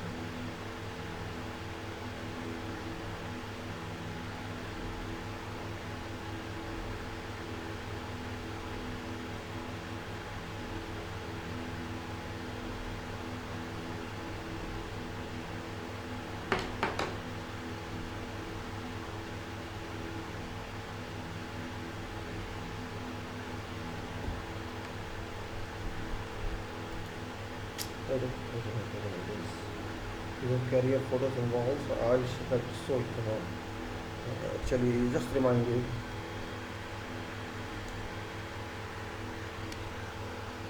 Yeah, some projects are here. Well, I think I showed you before, but let me refresh it for a while. This is you can say a kind of reflection of a plant in which everything is working from hundreds of vessels. In that, vessels means machines, and thousands lakhs cubic meter of concrete involved in this project. And if you see, as another part of this, this is written here, cracking furnace is written, a furnace is also cracking. It's complete structural steel with RCC coating. And then if you go to other one, that is some process area, ethylene plant.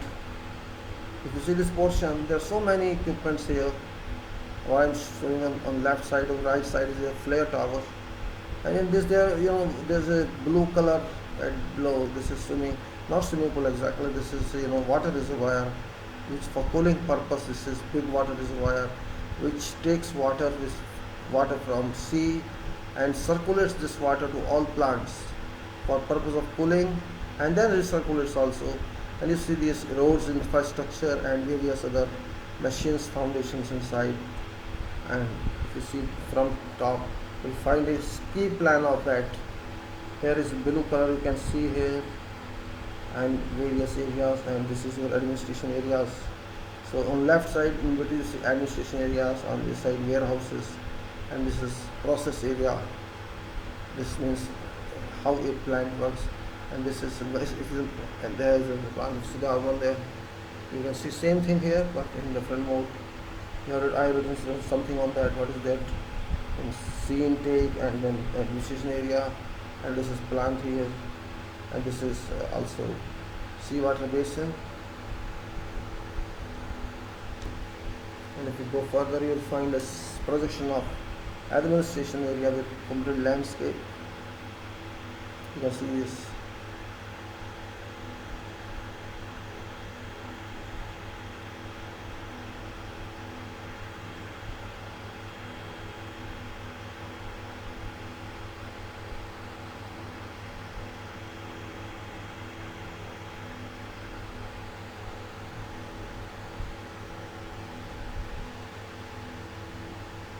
This is further detailing of comprehensive process plant with further details, and of course landscape provision, that process here, and then substation otherwise here. And this is just flare. These gases are out to weather, to environment.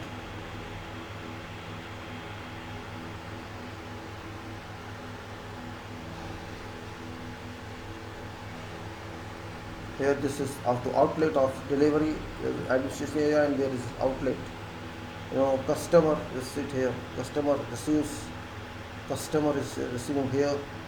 Output.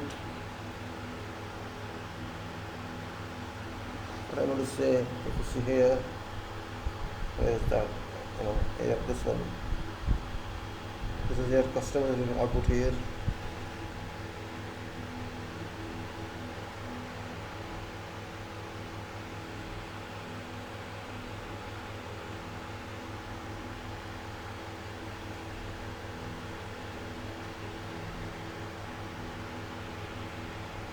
And again it's blank here. I'm just trying to show you.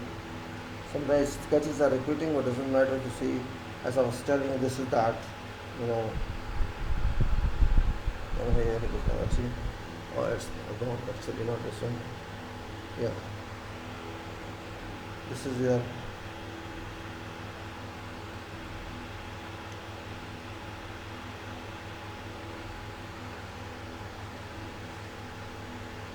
And blown up sketches. There's a blown up sketch of this. You see this bluish reservoir?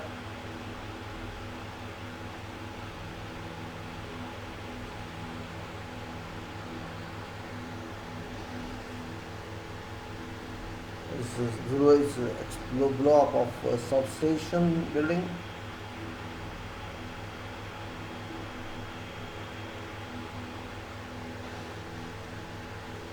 And this is one LNG plant.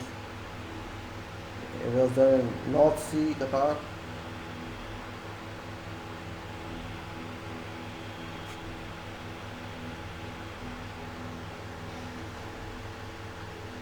And this is electronic building record center. This was done in Doha.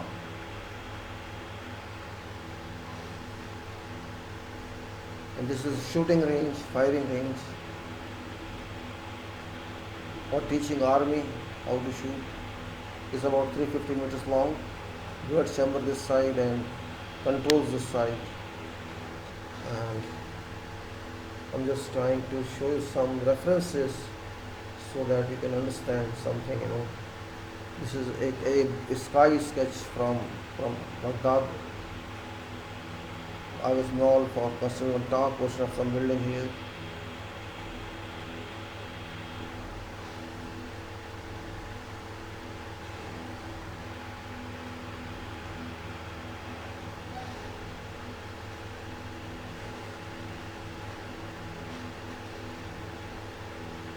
So, what else I have to show you here?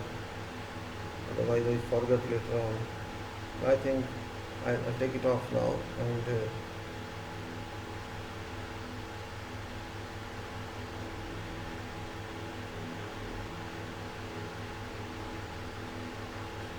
now let me move on to. Now I'll continue with my activities of. Who's there? Someone else has come. Let me see. Who's there?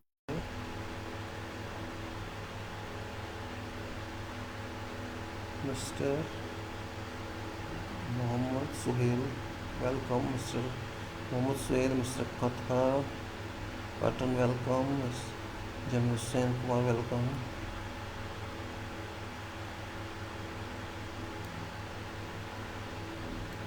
I don't know what Mr. Chaudhary Raju writes here. I can't understand what he writes here.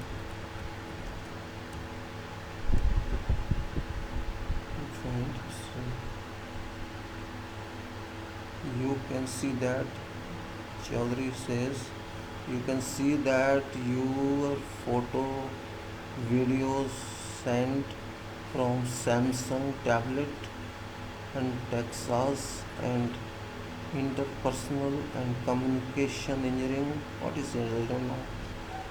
Chaudhary, Mr. Chaudhary, what you are saying? You can see that your photos, videos sent from Samsung tablet and Texas and interpersonal and communication engineering. What actually does it mean? I don't understand. What does it mean by that? Good morning, Mr. Mohammed Suhail, and well, I could not understand what Chaudhary Raju wants to communicate, and thanks, Mr. Vijay Kumar, something is unclear. That was something. Sometimes the communication is not clear. That causes a problem. Means at least it should be clearly understood. Well, I would suggest you people, if you don't mind, I have put some videos regarding translation. I know you are all educated, yet improvement of education is also important. It's only small videos. There are about 12 or 14 videos. In the start of making my videos, I did that. It's very simple. If you at least go through them and improve, communication is better, because it's very important to communicate clearly. It doesn't matter which translation or which word you use, but it should be clearly communicated. And this problem I find among two professions. One is our profession, engineering, and our profession is medical. Both are weak in communication, unfortunately, and it's not their fault as well, it's fault of education. That doctors think they have nothing to do, not to write to your patients, and same, we think that we are not right. But for doctors, I agree, there's not much requirement, but particularly for ourselves, our profession requires it. Maybe not when you are not in very senior position, but once you gain to senior position, you have to deal with that. And if your basis is weak, you will find problems. Therefore, I would simply advise, don't shy. Learn it. It's not very difficult. After all, it's language only. It's not difficult. You speak well, I know you can speak well. But when you are sending some communication, it is not a speech, it is document. You have to deal with contract probably. I'm not talking for IT engineers, I'm talking for those who are going to do projects. For them, communication pays, it pays indirectly.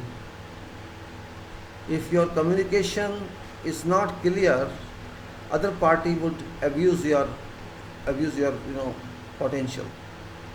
They can challenge it. You did not say that, we could not understand this.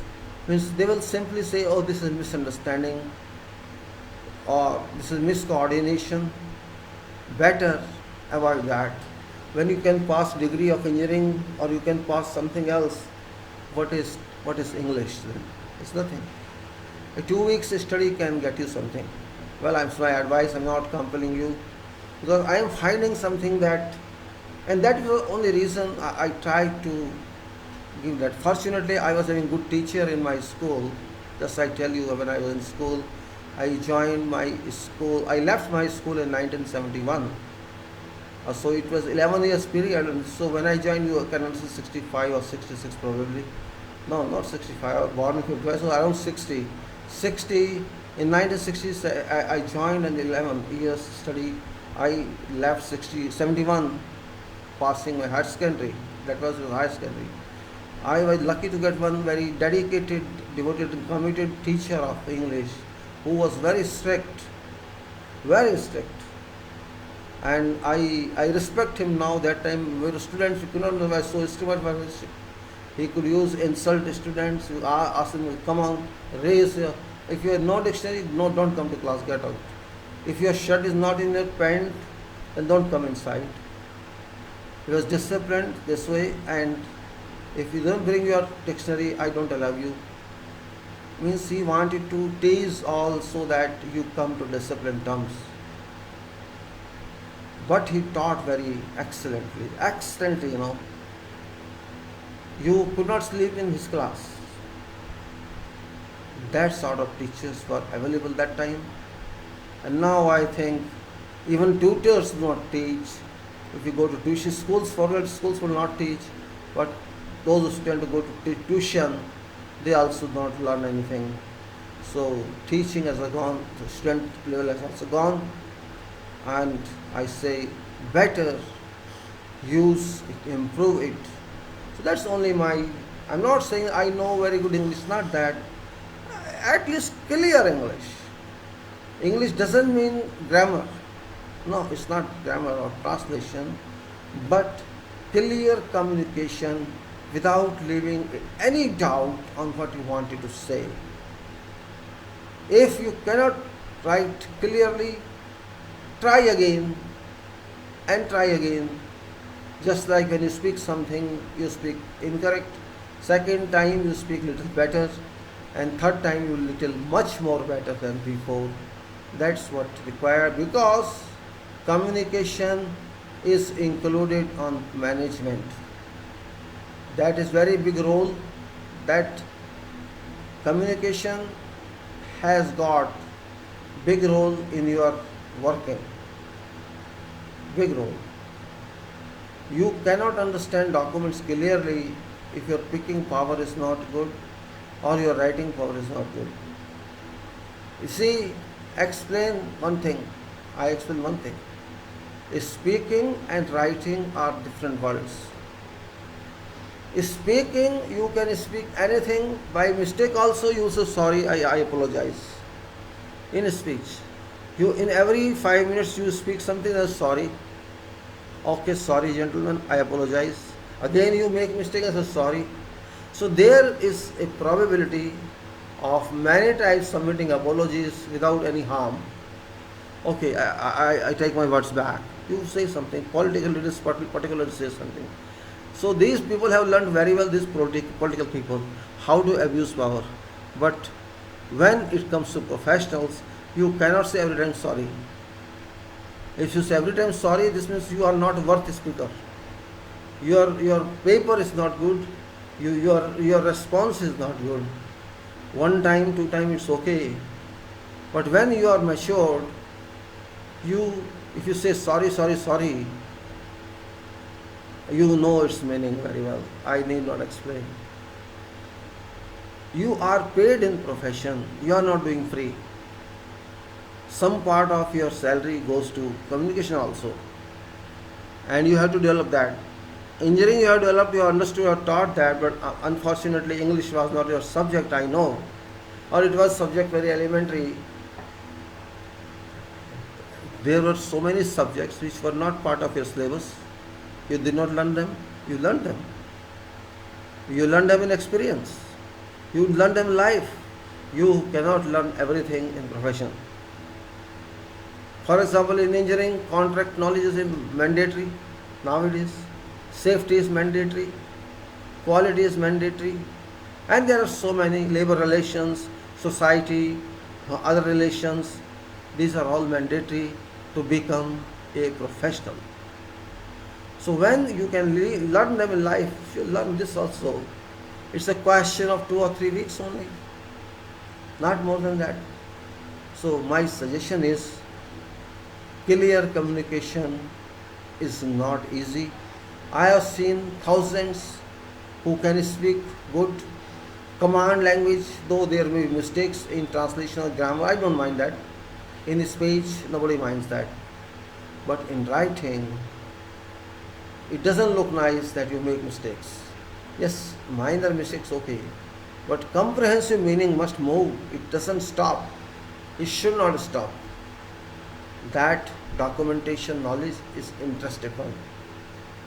And because of that, you are missing that somewhere. You are not having an interest in reading documents because you know you will be trapped somewhere and you have no guts to ask someone else what does it mean. So you try to avoid those documents. But even if you try to avoid that, those documents shall not avoid you. They will catch your hold somewhere. That is the point to understand. Whatever we do or write, or we write something at some cost, that must be returned. That's very important. Well, I just try to not to preach, but just to give my experience that I was fortunate to have working level of writing, and which was later improved when I was in government sector for a few years. That in government writing is very important. And because I was on behalf of government, I had to write letters to contractors and all that. Though it was by handwriting that time, then typing and then again typing and again typing, it took a lot of time, but it was required. And That also helped me in my profession, because generally I find 98% people are unable to present writing. In all countries, not only in our country, all countries, except few like scholars in England or America. America, forget America, they don't know how to write. English people generally know how to write, but only those who are very well educated or chartered one. Others know. Same as we are, they are. No difference. So I used to write for someone else also, because I know writing is not easy. It takes time. You have to find references. You have to find records. Then you have to be sure what you are writing correct. If you are not sure, you change again. Then you are again not sure, change again. There you must have patience. If you think that it is beyond your control, you have to go back to records. That's the only way, and you find some new answer. That is purpose of this. If you think I'm wrong, okay, fine. But technical talks would continue without any hesitation. And this issue of, I just bridged in this issue of swimming pool because of that. So now I I talked of base slab, then I talked of this walls, then balance tank, and this was 4 items. So I think I remember that I stopped reading this, bringing in here actually a detailed statement which may give you something better. Let me take this book again. This book is every day getting torn because I'm opening many times, and now I think pages are coming out and I don't have any copy of that. No problem, let me now read it again. And this says, and that. I think I had written some few first page I had written, no problem, I'll repeat it. Operations, activities for construction of a swimming pool below ground, that is title of this statement. And this says, before proceeding for construction, make sure that all working and coordinated drawings have been approved and ready for use. General information for, okay, now actually there is jacuzzi I had written, I don't want to include that one here. Marking, setting, this item number 1, marking, setting out of center line and establishing a benchmark, and approval of setting out works details on ground by resident engineer or whoever is there in place of resident engineer. Then another one is excavation of required area, including working area approximately 1.5 meter to 2 meters, that's working area, around pool area, depending on nature of soil to be excavated, that is rock, soft soil, hard soil, etc. Now keep a control on levels of formation constantly. Formation means where we have to excavate up to that point. So it says keep a control on levels of formation constantly and reach nearest level. Nearest level means nearest to excavation. Then probably this massive earthwork in excavation should have been carried out by use of earth moving machines. One nowadays is done, except last on termination part of earthquake, means last level, which shall usually be dressed manually according to the dictation of formation level. This was point number 1 on that, and then it comes to, it says prepare for profiled surface. Prepare profiled surface for laying blinding concrete on compacted earth. Let resident engineer inspect compacted surface base and datum and obtain approval. All right, go further. We go. My God, it's turning off. Well, fix elevational marks. Elevational marks. I mean to level elevation level. Fix elevational marks for reaching top of blinding concrete, blind surface to obtain a smooth surface topping, then mark profile of raft.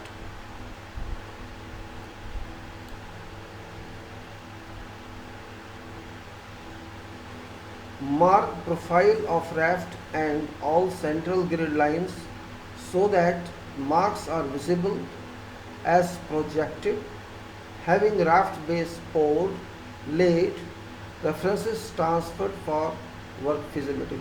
Alright. The check details as supplied in shop or working drawing by swimming pool supplier or installer, whether intake water pipes system shall be laid in portion below raft or to be laid in raft structure as generally are laid in raft. Then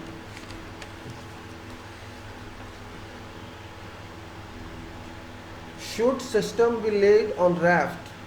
Should system be laid in raft structure, proceed for waterproofing system to specify that as specified that is spreading bitumen membrane layers duly overlapped and make surface durable, and let that be inspected and approved by resident engineer, and then proceed for applying waterproofing protection layer, membrane coat, etc. That is a coat of 25 mm thick cement mortar in ratio of 1:3, so that bitumen treatment system be protected during preparatory and pouring operations of RCC raft. Then let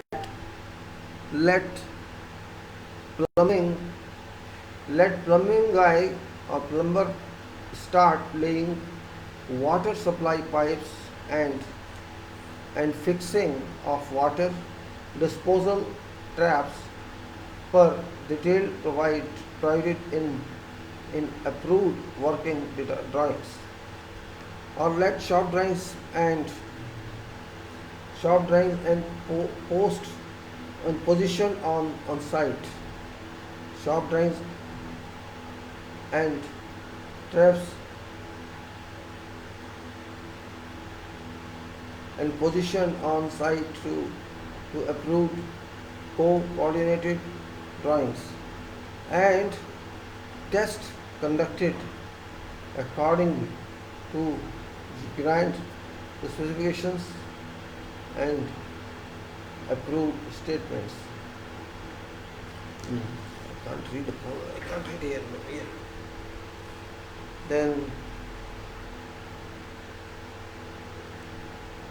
reinforcement to be laid for raft must be cut.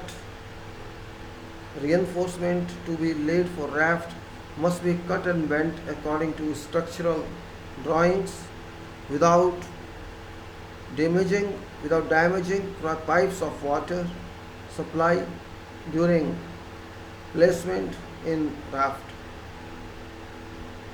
Care must be exercised for preventing dispositioning of pipes either by fixing pipes post installation of reinforcements or circumstances before commencement. Simultaneously forms of raft simultaneously forms of raft, periphery and wall starts. Let's go. I can't see light enough. Simultaneously forms of raft, periphery and wall starter be carried out, and water stops or water bars as specified in ingenious details in structural drawings be installed, and welding of connections in form of T butting or overlapping.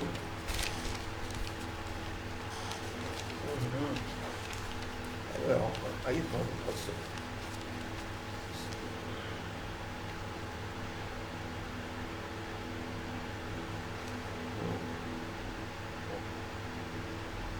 Okay.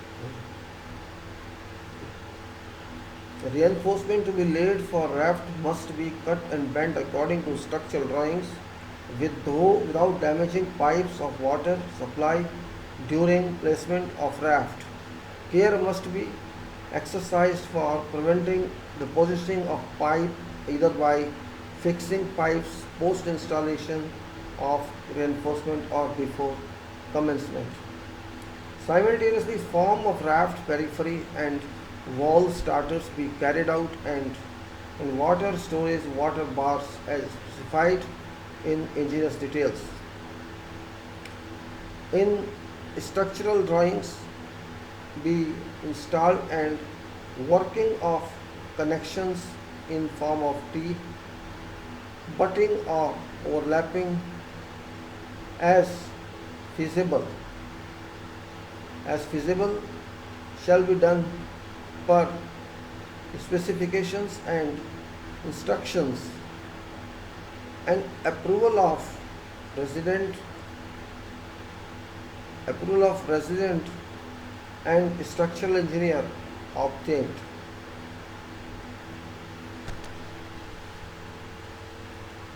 Top marks of concrete levels shall be fixed. Top marks of concrete levels shall be fixed in two details, as well as fixing of starter bars of walls be done. All right. Let preparatory works for raft concrete be inspected and approved by resident engineer for permission of pouring. Concreting operations, preferably from batching plant, be carried out using grade of concrete mix as specified, or generally M30 or more. It was OPC SRC in those days, but now GGBS could be, or whatever else, as case be, and completed in one go, this raft in one go, and surface finished rough and joints for taking wall concrete. The joints for taking wall concrete be wire brushed by scabbled later, and curing compound if available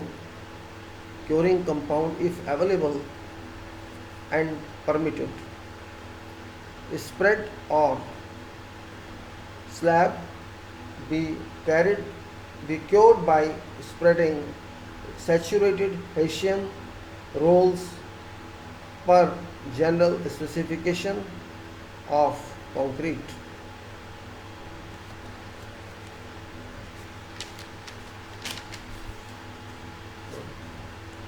Then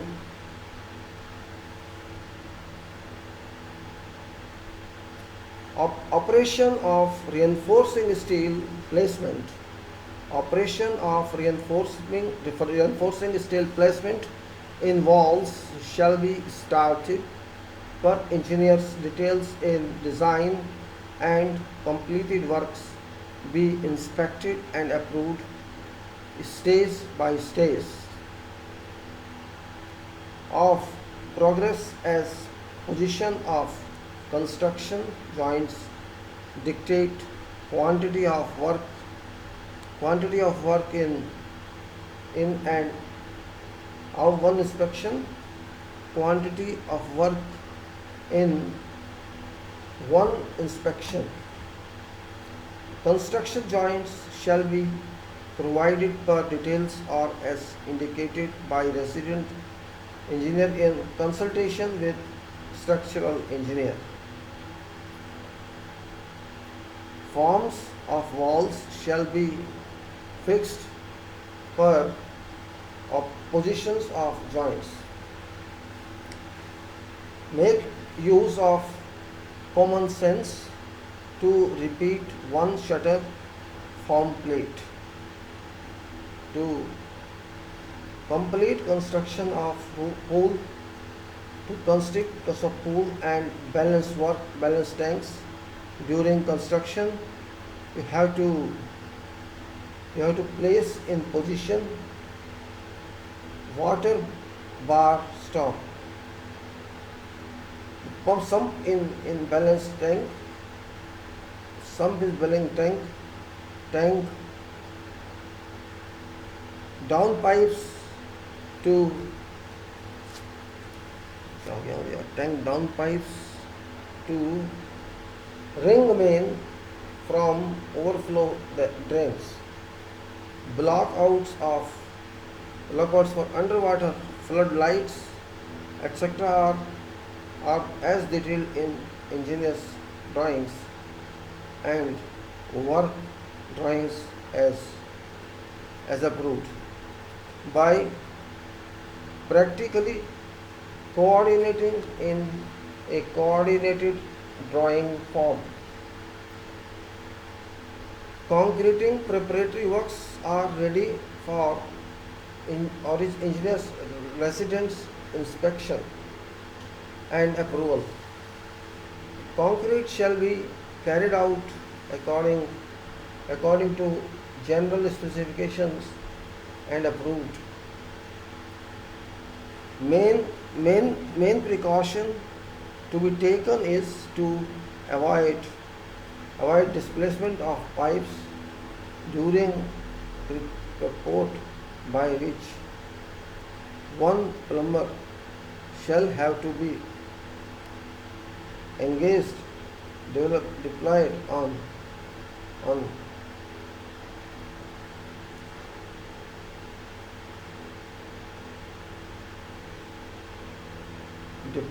duty during concreting. For roof forms of balance tank, care to be exercised is that form be conveniently struck after curing period is over. I think maybe it's not more than one page. Staring out. That's the problem. Yes, staring out. Oh, let me see how it looks.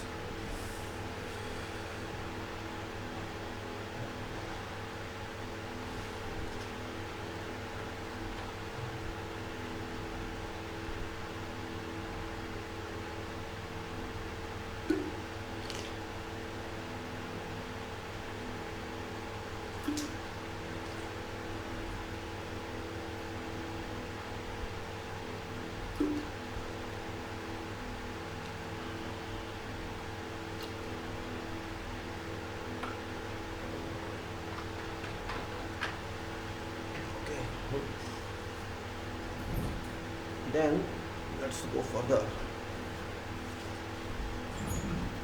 Having completed structural works duly cured, a water test is to be carried out according to project specifications as prescribed in specifications for water retaining structures, which may vary from 72 hours to 168 hours, retain water in full capacity condition, and let leakage be noted, observed by agent and resident engineers along with structural engineer should come if there is leakage observed, mark spots inside and outside by color marker. Outside of tank shall pose no problem for marking, but for inside location measurements be taken, which shall be transferred after tank is dewatered, because water is full in tank. Now leaking spots are ready for application of remedial works using epoxy mortar and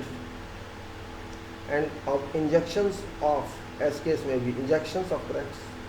Epoxy compounds must be approved prior to application by resident and structural engineers. Having remembered defects, let inspection be carried out by resident engineer and structural engineer. If they are not happy, let further operations be carried out, or start off of second test by filling tank shell in leakage state condition is obtained. This was actually what I'm telling you, something different. This test, which I say water test, water tightness test, this is very important test. It is according to BS, we do it, Brill standards.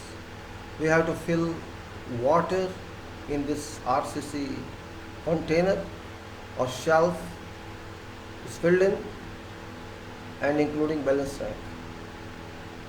Water is filled in stages and is to fill full, and we have to give time for restitution, or you can say autogenous healing of concrete.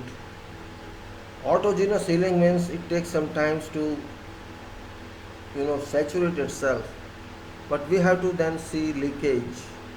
Once it has completely leaked, I mean to say it has completely taken water and dipped in water, it shall certainly start either to let it particle run away or let water particle run away. It's a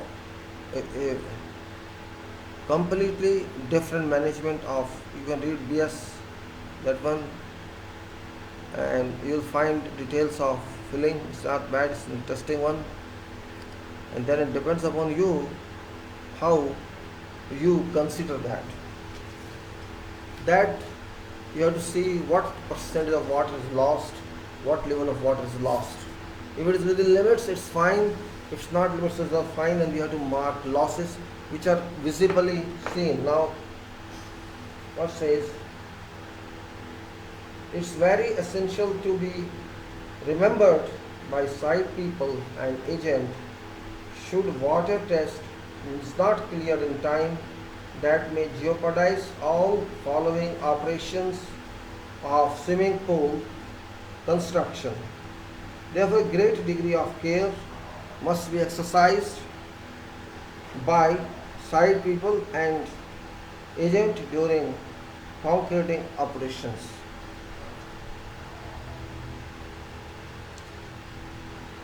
Then you have to ask plumber to finish ring main system and get it approved.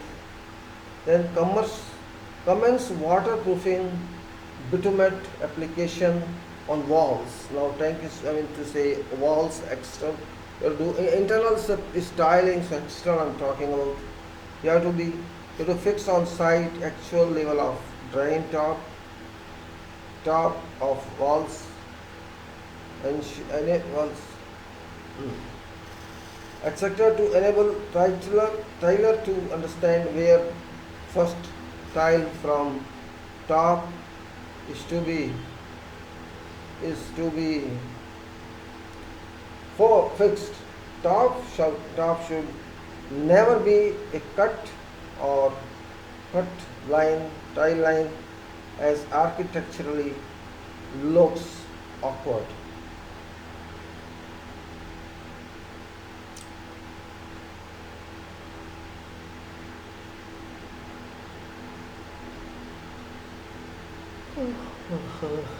Right. Exact. Yes.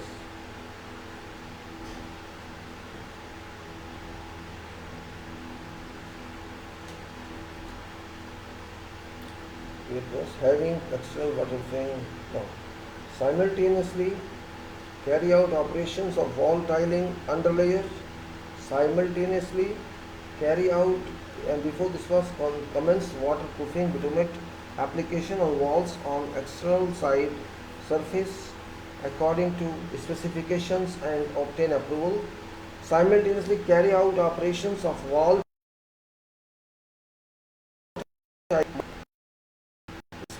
which shall generally be thick layer. You have to be fixed on site actual level of drain top of wall to enable tiler to understand where first from top of fixed. Top should never be a cut and line as architecturally looks awkward. This operation is very slow, precise and time consuming, but very important. And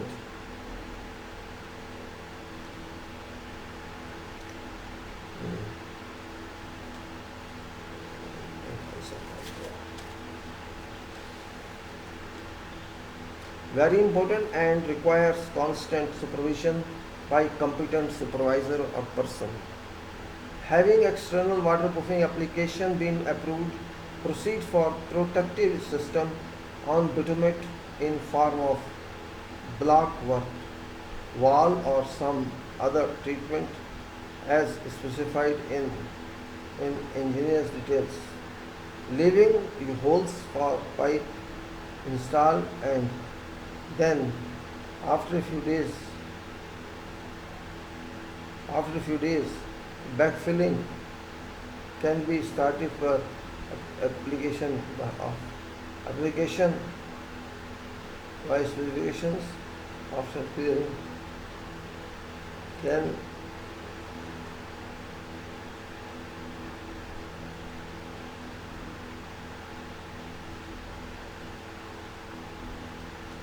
let me give this a point form.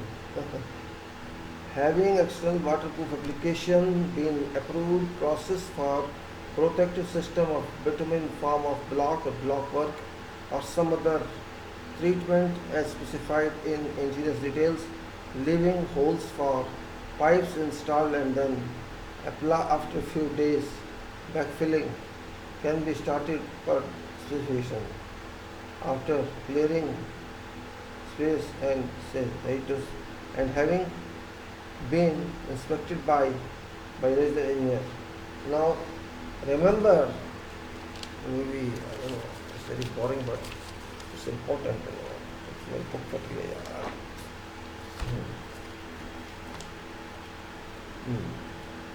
Remember that finishing operations are being carried out inside pool, while pool services operations outside pool. Installation of sand filter on already constructed plinth, construction of plinths for pumps, construction of acid chambers, construction of overhead water tanks to be installed in field room.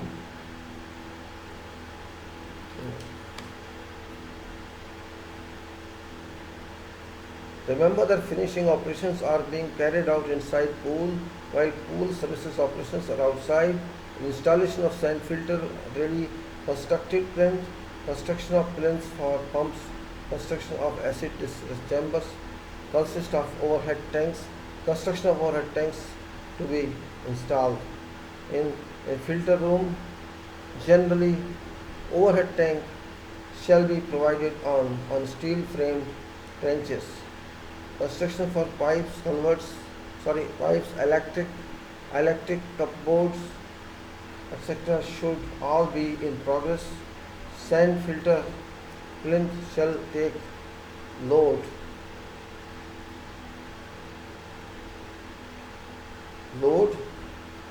as designed and the over design of plinth shall be required in case not available. Concrete shall generally be filled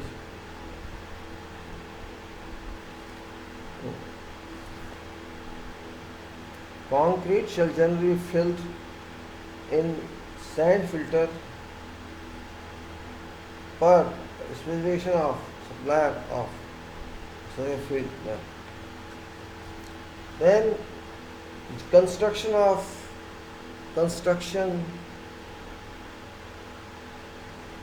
pump house and plant room are of common nature as usual buildings construction as covered out this. Then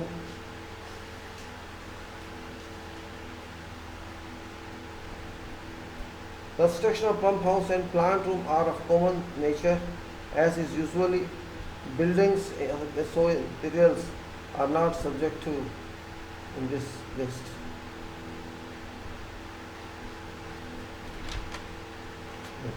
And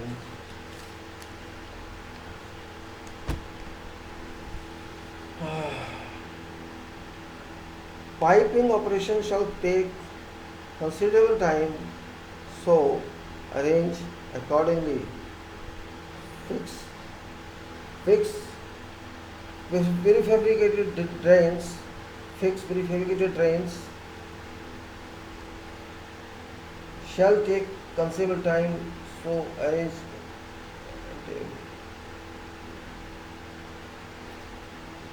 Then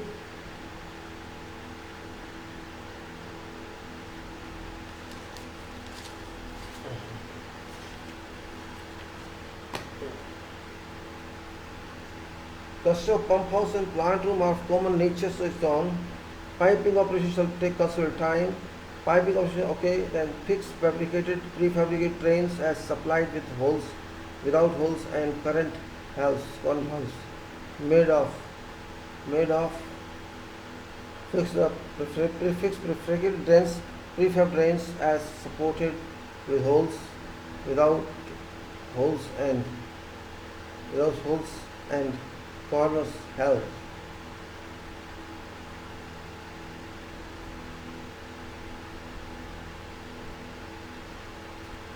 Okay. Then fixed prefabricated drain as supplied by holes, without holes, and corners halves made of clay finalized property. Thickness of mortar joint should not be less than 12 mm or as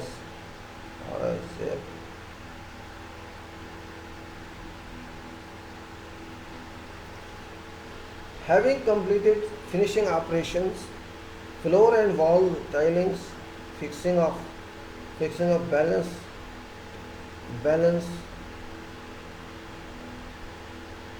of having completed finishing operations, this floor and wall tiling,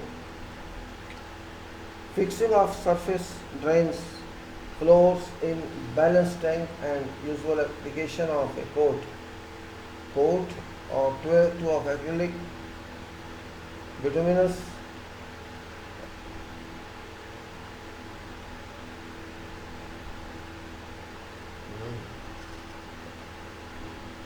floor and wall tiling, fixing of surface drains, flooring in balance tanks, and usual application of coat or two of acrylic bituminous emission paint inside walls of tank, piping work, installation of what?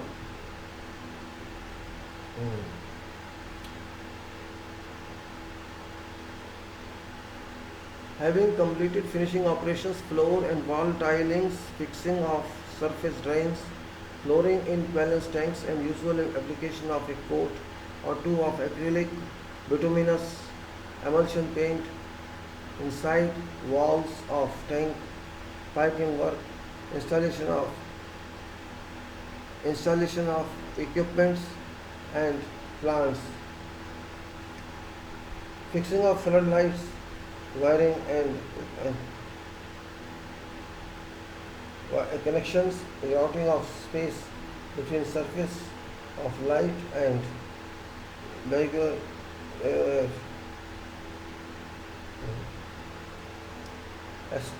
Okay, we have to read it. Piping or installation of equipments and plants, fixing of food lights, wiring and connections, routing of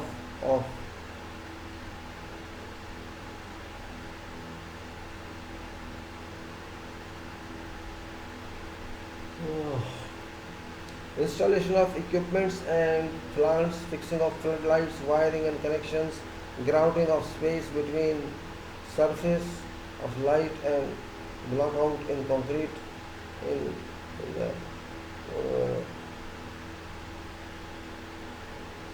alright.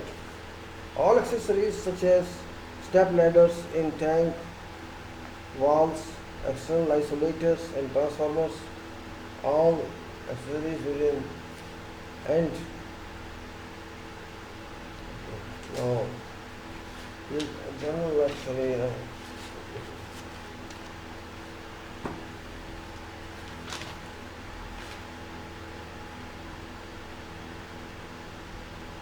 so then there are points of jumping stand, dividing boards, specific points about tiling, electrical lights, all that. These points are left to be discussed, and my book is actually being torn. These pages are not coming in my hands control. I am not binding at all. I'll keep it where this page is going.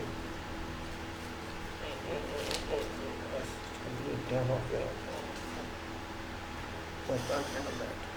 Well, important points I have told you about what precautions we have to take in structure of concrete. I told you after excavations, blinding, and then you can say water treatment, waterproofing, and also before that your piping is running below structure and all the piping and structural concrete shuttering, etc., steel, etc., water based light and balance type construction, water test, etc., all that we are discussing that, and all services are there and jumping board is there, and we have to say how tiling we have to do in light. Tiling is very important item in that because it's line. It's tiling maybe in different mode, not exactly within tiling itself. There is some lining itself. So competition, they have to see where they are moving, and all that's given in that one. But this I can't read that because it's one of very old book and pages is torn up. So let me see how some 1.5 page is there to discuss with you. Now, swimming pool is very exoticized source, but information not in a swimming pool. Question is we should know items in that involved. For example, first of all, design is an issue here in the swimming pool case. Maybe you are designing, suppose you cannot take same stress as to all the structure. The water retaining structure. And water retaining structure means you have to take lesser stresses than the non-water ordinary structures. That's point of design. Where means we have to be involved with that. You cannot simply say, well, construct simply. Your stresses are lesser in concrete and steel than it's question of design. And design means you can say is increase cover also is a question mark there. You have to increase cover. So everything brings in you have cover on water side something, and you have cover on other side something, and stresses will be given. Water side stresses are this and other side stresses are this. So design questions there, and what sort of concrete to use as a problem. Whether you are going to use waterproofing admixture in that, or you're just doing that. No, I'll do this microsilica, I'll use GGBS and what's the that's the old one, it's called 1980, it's 1985, it was 1985 or probably 86, exactly I don't remember. We did that, but that time was different. Now more information has come back, means concrete, structural concrete, waterproof cement you have to use, and it's high rise of the water thing of one item has the water texture as well other of. I have to read that. So what I share with you is, I think somebody is asking that you can respond for comments, meanwhile other people on this content.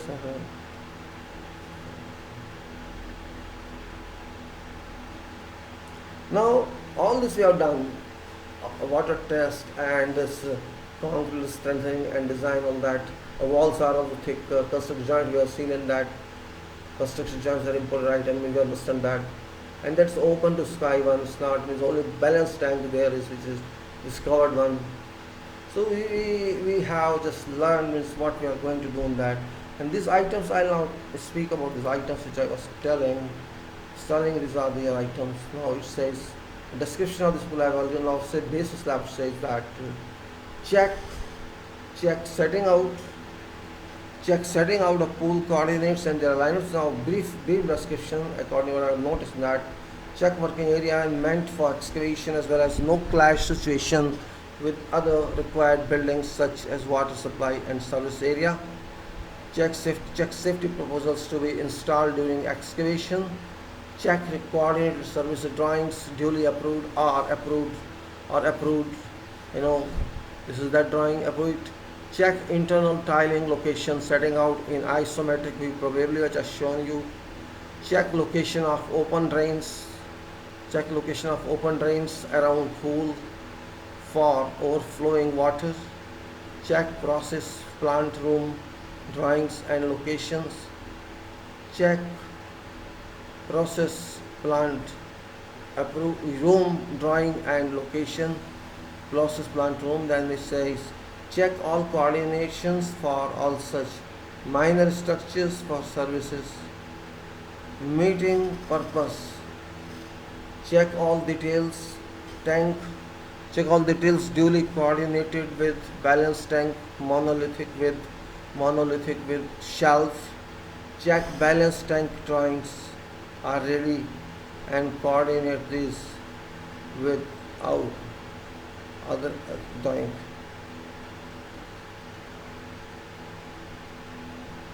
Then you see check all details during coordinated with balanced tank monolithic with shelf.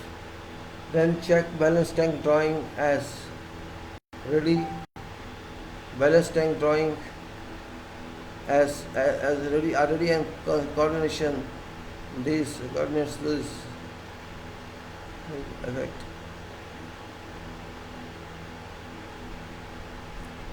Check coordination of such minor structures for services meeting purpose, and check all details during coordinated with balanced tank monolithic with shelf,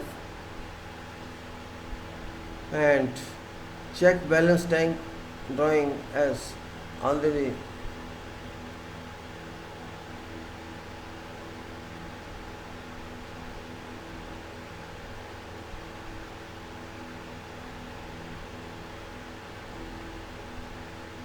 then check balanced tank drawings are ready, coordinate these with other drawings. Make sure slope portion between shallow and deep and is doing as in rightly. Make sure that all forms and rebar fabricated are available or are being fabricated according to given detail. Then check that excavation being progressed in line with setting out and under constant check for alignment as well as levels. Check formation is reached. Check formation is reached. Prepared to requirement. Make sure blinding works are done to requirement. Make sure concrete production is carried out to specification, and make sure that water bars are available.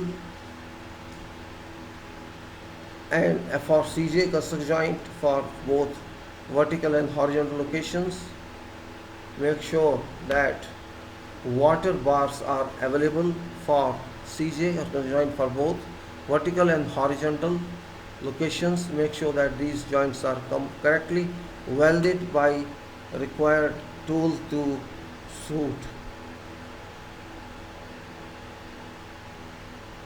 Then we are going to say these joints are correctly welded by required tool to okay to suit side dimension. Check if any underground services, if so required, under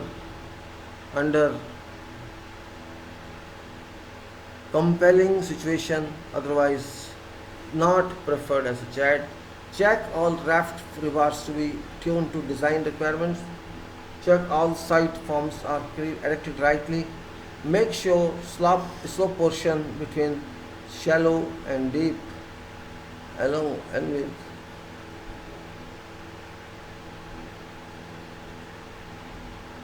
then wall. Well, one point almost there. Check welded piece of PVC CJ, welded piece of PVC.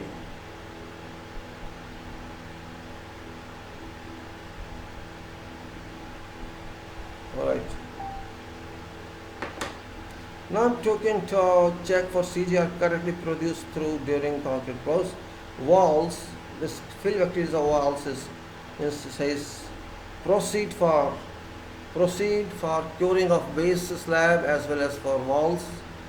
Check the walls are carried out in alternative buying base of CJ of CJ. Check all walls entered.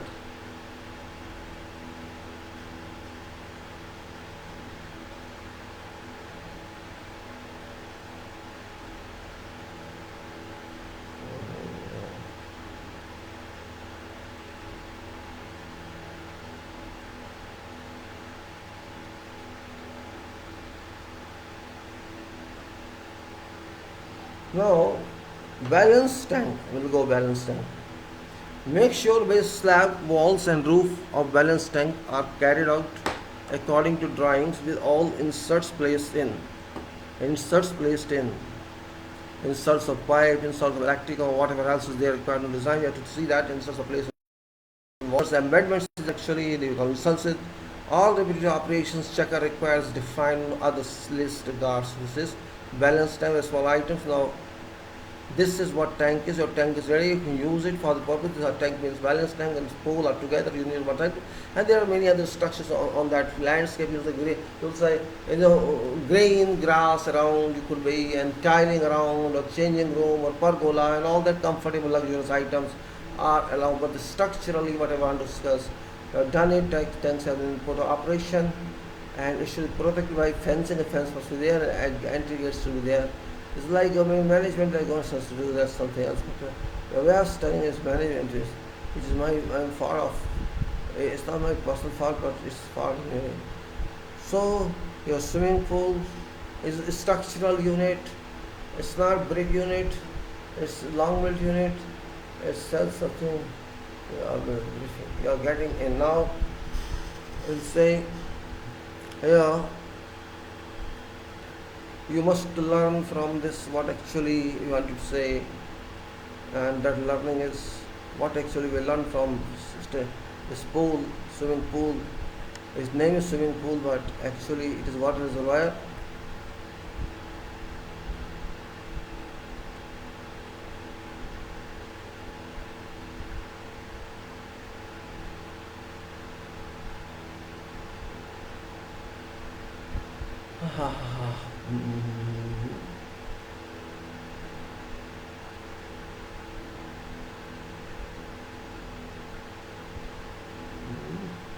Where is gone? Just now missed that.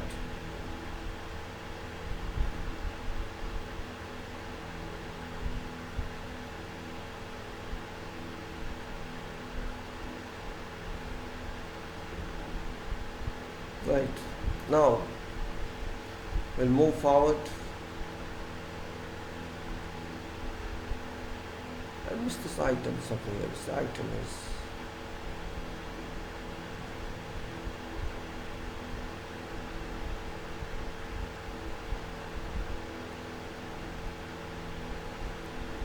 Where's page? Where's this page is gone?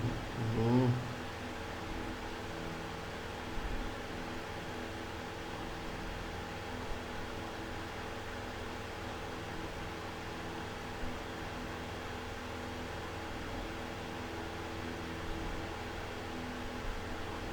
Now this other item, the checklist for firing or shooting range works. Checklist for firing or shooting range work. This item.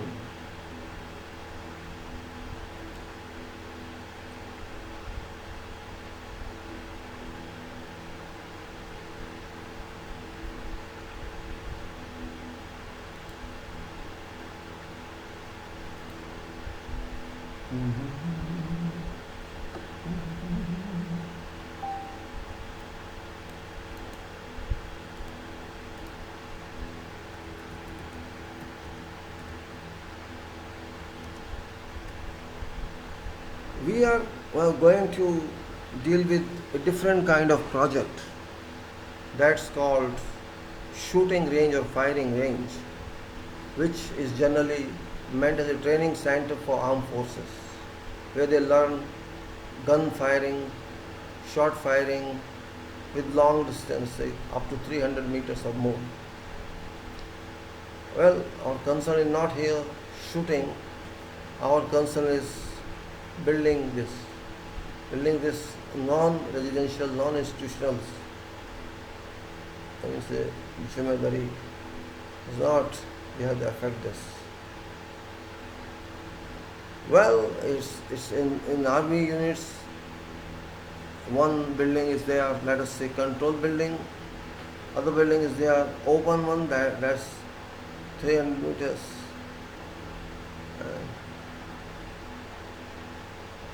Yes, these are structures, means I'll show you that what I'm talking about. It's already there, better. I show you in this better sketch from Google that I've taken. Before showing you drawing, it should be clear in a different manner. Let me see, I have this one.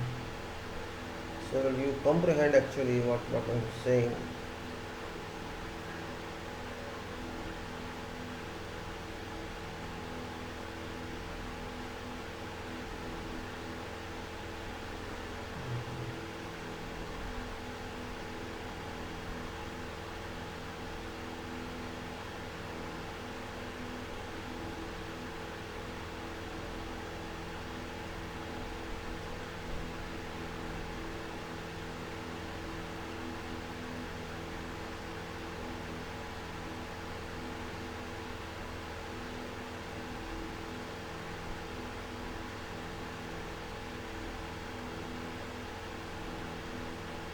It's not here. It's not here actually. No, not this one. What's this one? Let's see this one.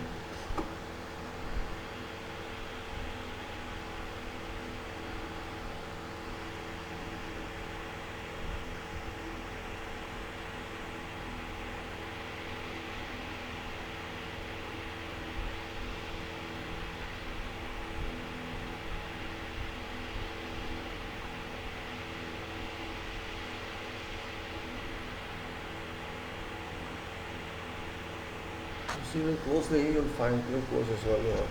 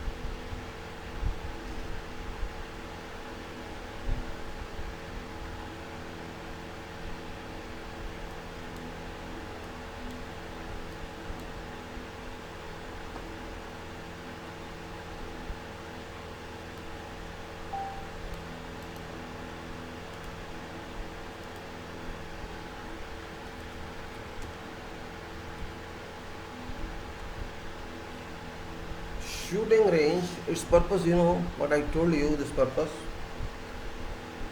It is, say I'm sitting here, it's a building.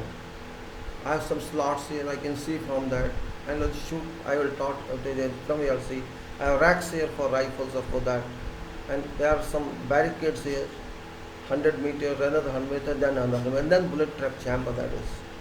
And both sides is a long wall, RCC wall, that's called, baffle wall, or you can say protection wall. Your bullet should not go out of that wall, that higher wall. On that wall there are certain, you can say corbels, RCC corbels, on which time there's a girder, you kind of a, there's a girder sitting on that, that's having armored plate on those one, because that is for some reason. And these are barricades between, and then there's a bullet trap chamber at end where sand retention is there. Bullet should go through that structural and into sand bed. You should not go to outside that. And there are 3 or 4 passages below, underground passages below these retaining walls or buffer walls. So this is a kind of a structure. It's very expensive one. Of course, you are going to say 300 meters wall that side, 300 meters wall that side, 5-6 meter high and 30 centimeter thick. They have transit trusses and vertical chambers, inclined slab walls, and this also RCC building here. There you have all rifles and merriment. It's kind of that, and I built this in long back. Not now, maybe now there are so many more facilities there. And if you see, it's further detailing. I tried it. My book is getting problem. The swimming pool has torn these pages, and now I'll show you how to handle this. I know the copy I have. And this original volume, I know the copy of this. That's another problem. And that publisher is not clear where I am. And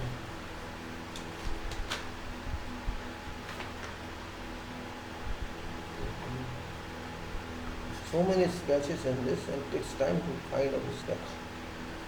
150 pages of sketches.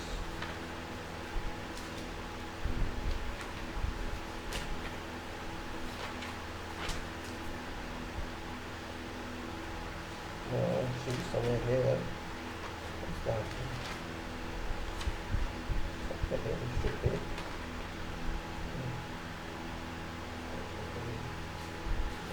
Yes, it is here. It is here. Yes, here it is. Alright, I got it.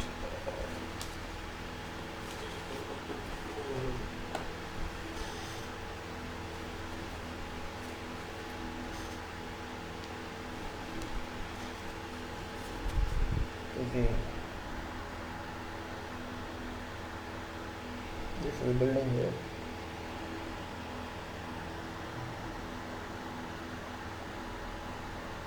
Here we enter. This is your entry building.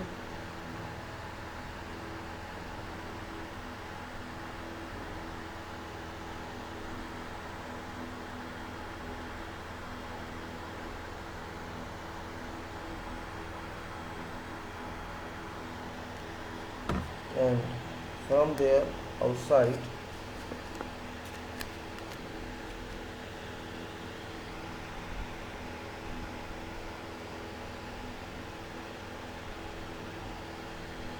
go straight. This is a disconnection here, but it's continuous here. I put this from here, building, you see it's continuation here. It goes this way. There's another continuation here. It goes this way, and this is end here, blood trap chamber.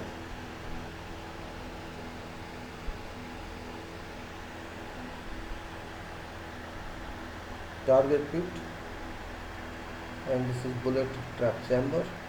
So you can say this is a distance of 330 meters from here. Go back again, you'll find this is captain with continuation. This is the middle one. Over there is a straight one. And because of page limit I did like that, and this is that. This is, and if you go further here, I'll show you another sketch. This is the details.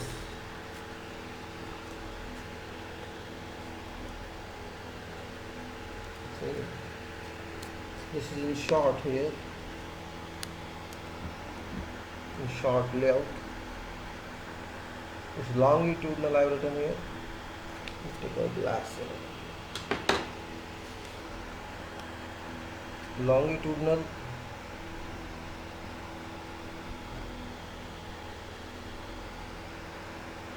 you see it's a trap written here, bullet trap. If you can see, this is a bullet trap chamber, and longitudinal this is great. This is 200 meters range here, this is 100-meter range here, and here is that shooting point, and this detail which I am giving you is this is bullet trap target pit chamber. Sand fill, you see, compact earth. This is compact earth first in triangle number 1, then there is sand fill here, and there is void, otherwise open here, and this is 300-meter axis. You see the arc in the axis, and there's a pit here, subway here, you can see, you can go down, and there's a tunnel type structure, and this is foundation here, and this is a slab, inclined sloping slab with a fascia down here, and here is what the RCC structure. This means earth, then sand fill supporting sand fill over earth. This is structure of, you see in plan, same plan. This is trap chamber, down stair on both sides, and then tunnel here, and there is a structural thing. And this is your design of bullet trap chamber. It's written here bullet trap chamber and target pit, can say. This is your common design here, how to go in and find that subway kind of. And this is because there are two more subways en route. It's that design, and this is what it is all about. You got my point, what it is. So, and there's another detail of this, and that is gantry. You can see this, this is a section, cross section of that. There's a wall, it's called baffle wall, RCC baffle wall, and there's a cobble here. On that cobble there's a truss here, structural steel truss, gantry truss it is called. 1.5 meter, 2.5 meter, means there's some comment, and there's a full section, graded finish ground, and it's 25 meter is width, span of this between these walls, and here cross. This is complete details of this. On this section itself, this section of this, section of this, and armored plate here. You can see that what is written here: boiling water proof, BWP. Boiling waterproof is this ply. Boiling waterproof is so strong, and cladding 40 mm thick. Timber one, and armor plate 20 mm thick armor plate, bulletproof, and all details are here. This is in that case, and here is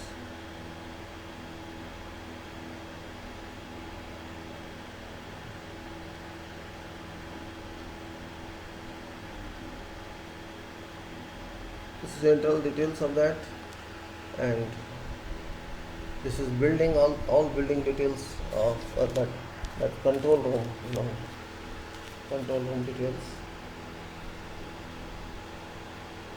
entry here, entrance,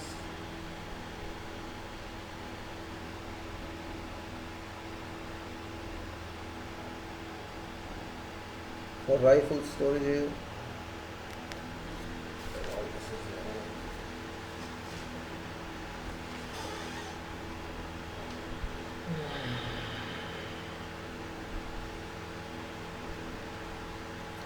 So this was something which was required for this.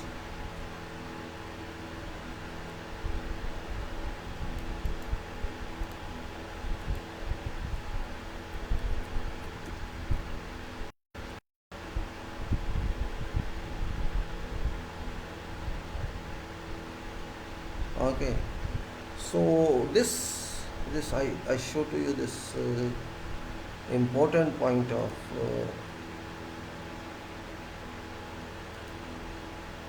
and if you see this item here, now if I read checklist of this first, then it will be clear to you what I'm saying. The checklist says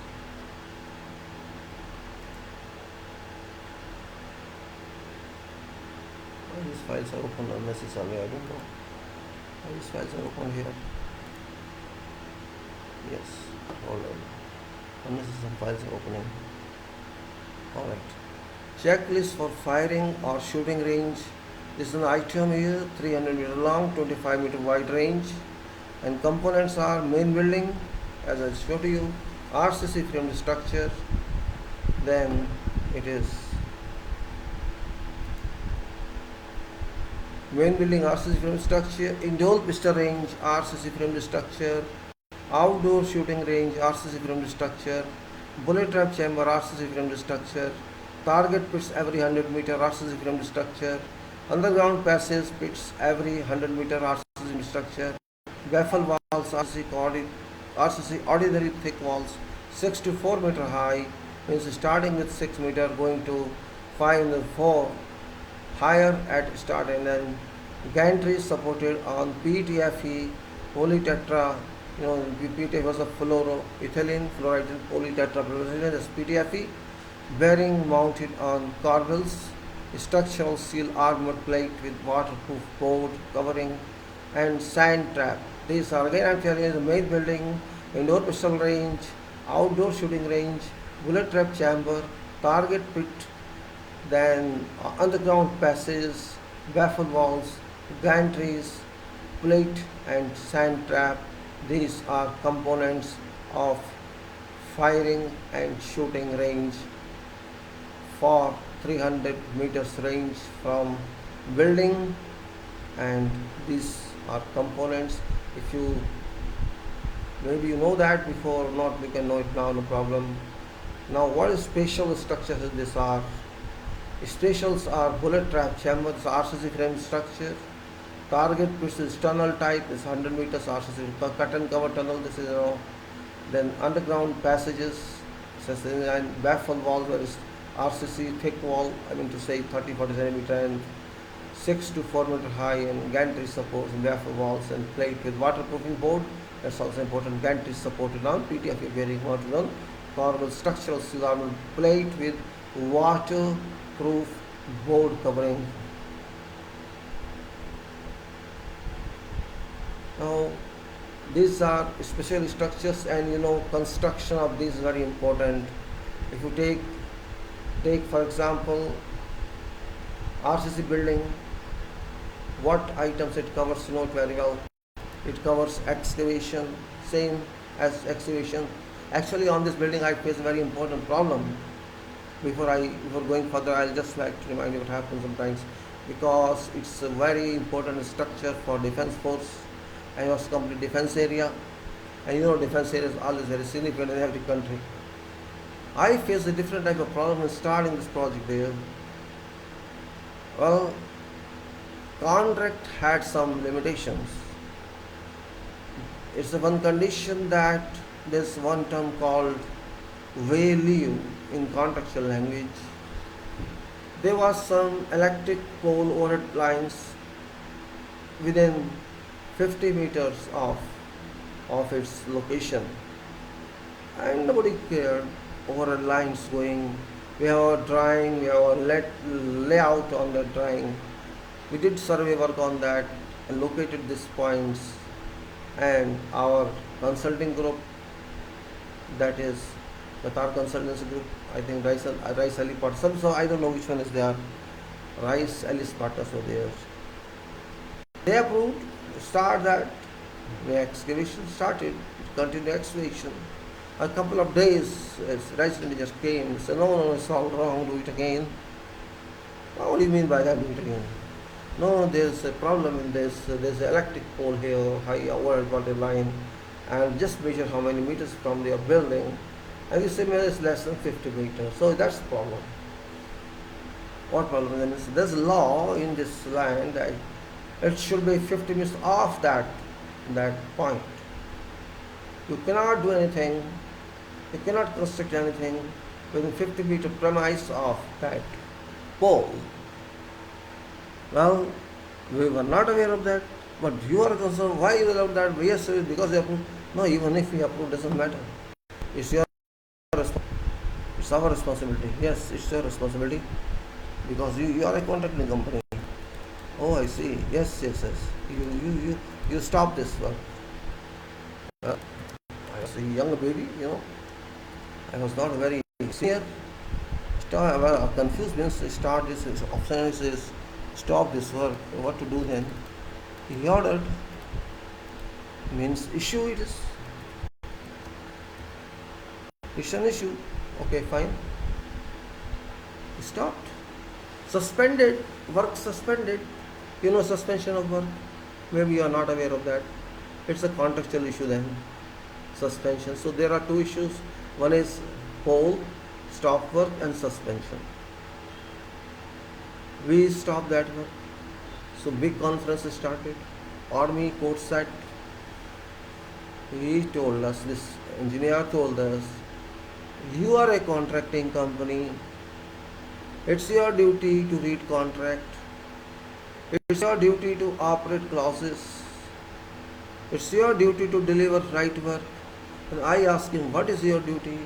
We have no responsibility, this is our duty. He was laughing. We have no responsibility, this is our duty. We are here to help you.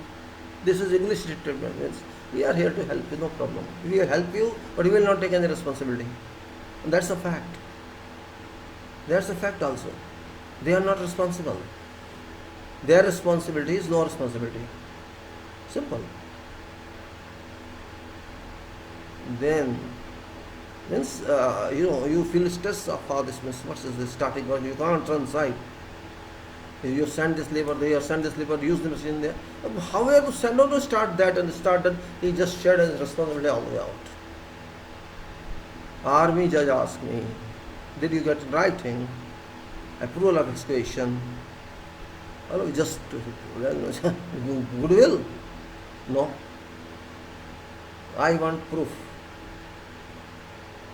Means I had no proof. We started. We were blamed that we did not operate this clause. You should have gone to Department of Electrical. You should have inquired from there, is this layout okay? Even though it was approved by Army, it was approved by government, it was approved by everybody, but you should have reconfirmed it. So I learned a lesson there. Do not trust, even if it is documented, you be sure about that. Is that not a lesson? It was relocated, site was cancelled, new site was issued, and work was suspended. You had to suffer. You had to every day change your employment of labor, machine, till right site was resumed. Means you have to first operate contract. When there is a problem, nobody helps you. That's also true. And when there is no problem, everything's fine, everybody takes share of credit. It may be our country or it may be other country. Contractors are beaten. Here there is contractors considered thief, it's a different country, but there it's not like that. Contractor is equal partner and respected accordingly, but contractor should be professional, So in fact, I was not professional there, to be very frank. It's not my company's fault, it was my fault. Company employed me for something. I could not understand that at that time. It's 1986, or not today, 1986. 14 plus 20, 34 years before. So I agree, it's not my fault. I should have gone through contract. I did not go through that, and if I had some misconception, I could discuss with them, because we went to departments for this red lines or as-builts. We went to electrical department, we went to drainage department, water supply department, and other departments just to inquire about what's the status of drawings. That's called as-built drawings. Because as-built drawings are very important, and we know that if there is a running service under your plot, if there is, how do you know? Means you have to take drawings, and they have these drawings. Means they tell you, as there is a service, don't worry about that, we will drive. They record that, and if they divert or they instruct you to do that. So some system is there, but here every system is no system, and no system is every system here. But this was a different case of, it is called whale leave actually. You have to leave this much minimum from this electrical point, and then you take whatever position. It's up to you. But you have to leave this way, and that's called way leave. WAYLEAVE. So this was a big lesson learned. So after that date, I never trust anybody to whatever extent. You may be Prime Minister, I don't care. I don't trust. Give me evidence. So I made a law for myself. I shall not listen to anybody until documented properly. You may feel me bad, you may do me whatever. It's my document, show me, that's it. I don't trust you. Even court says I will not trust. Your court, serve me. I want this document. Give me evidence. Force party to give me evidence, or do your job, you are paid for that. So people call me very rich. Yes, I am rigid. I have to cover myself first, then I can cover others. If I am not covered, how can I cover you? And that's why I always fight with management. Get lost, I don't need a job. Don't play with me.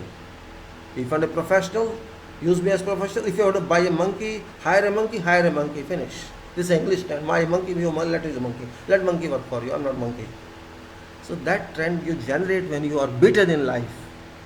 And if you are not beaten, you take easy routes, fine, take easy routes as problems. Your life, you have to respond.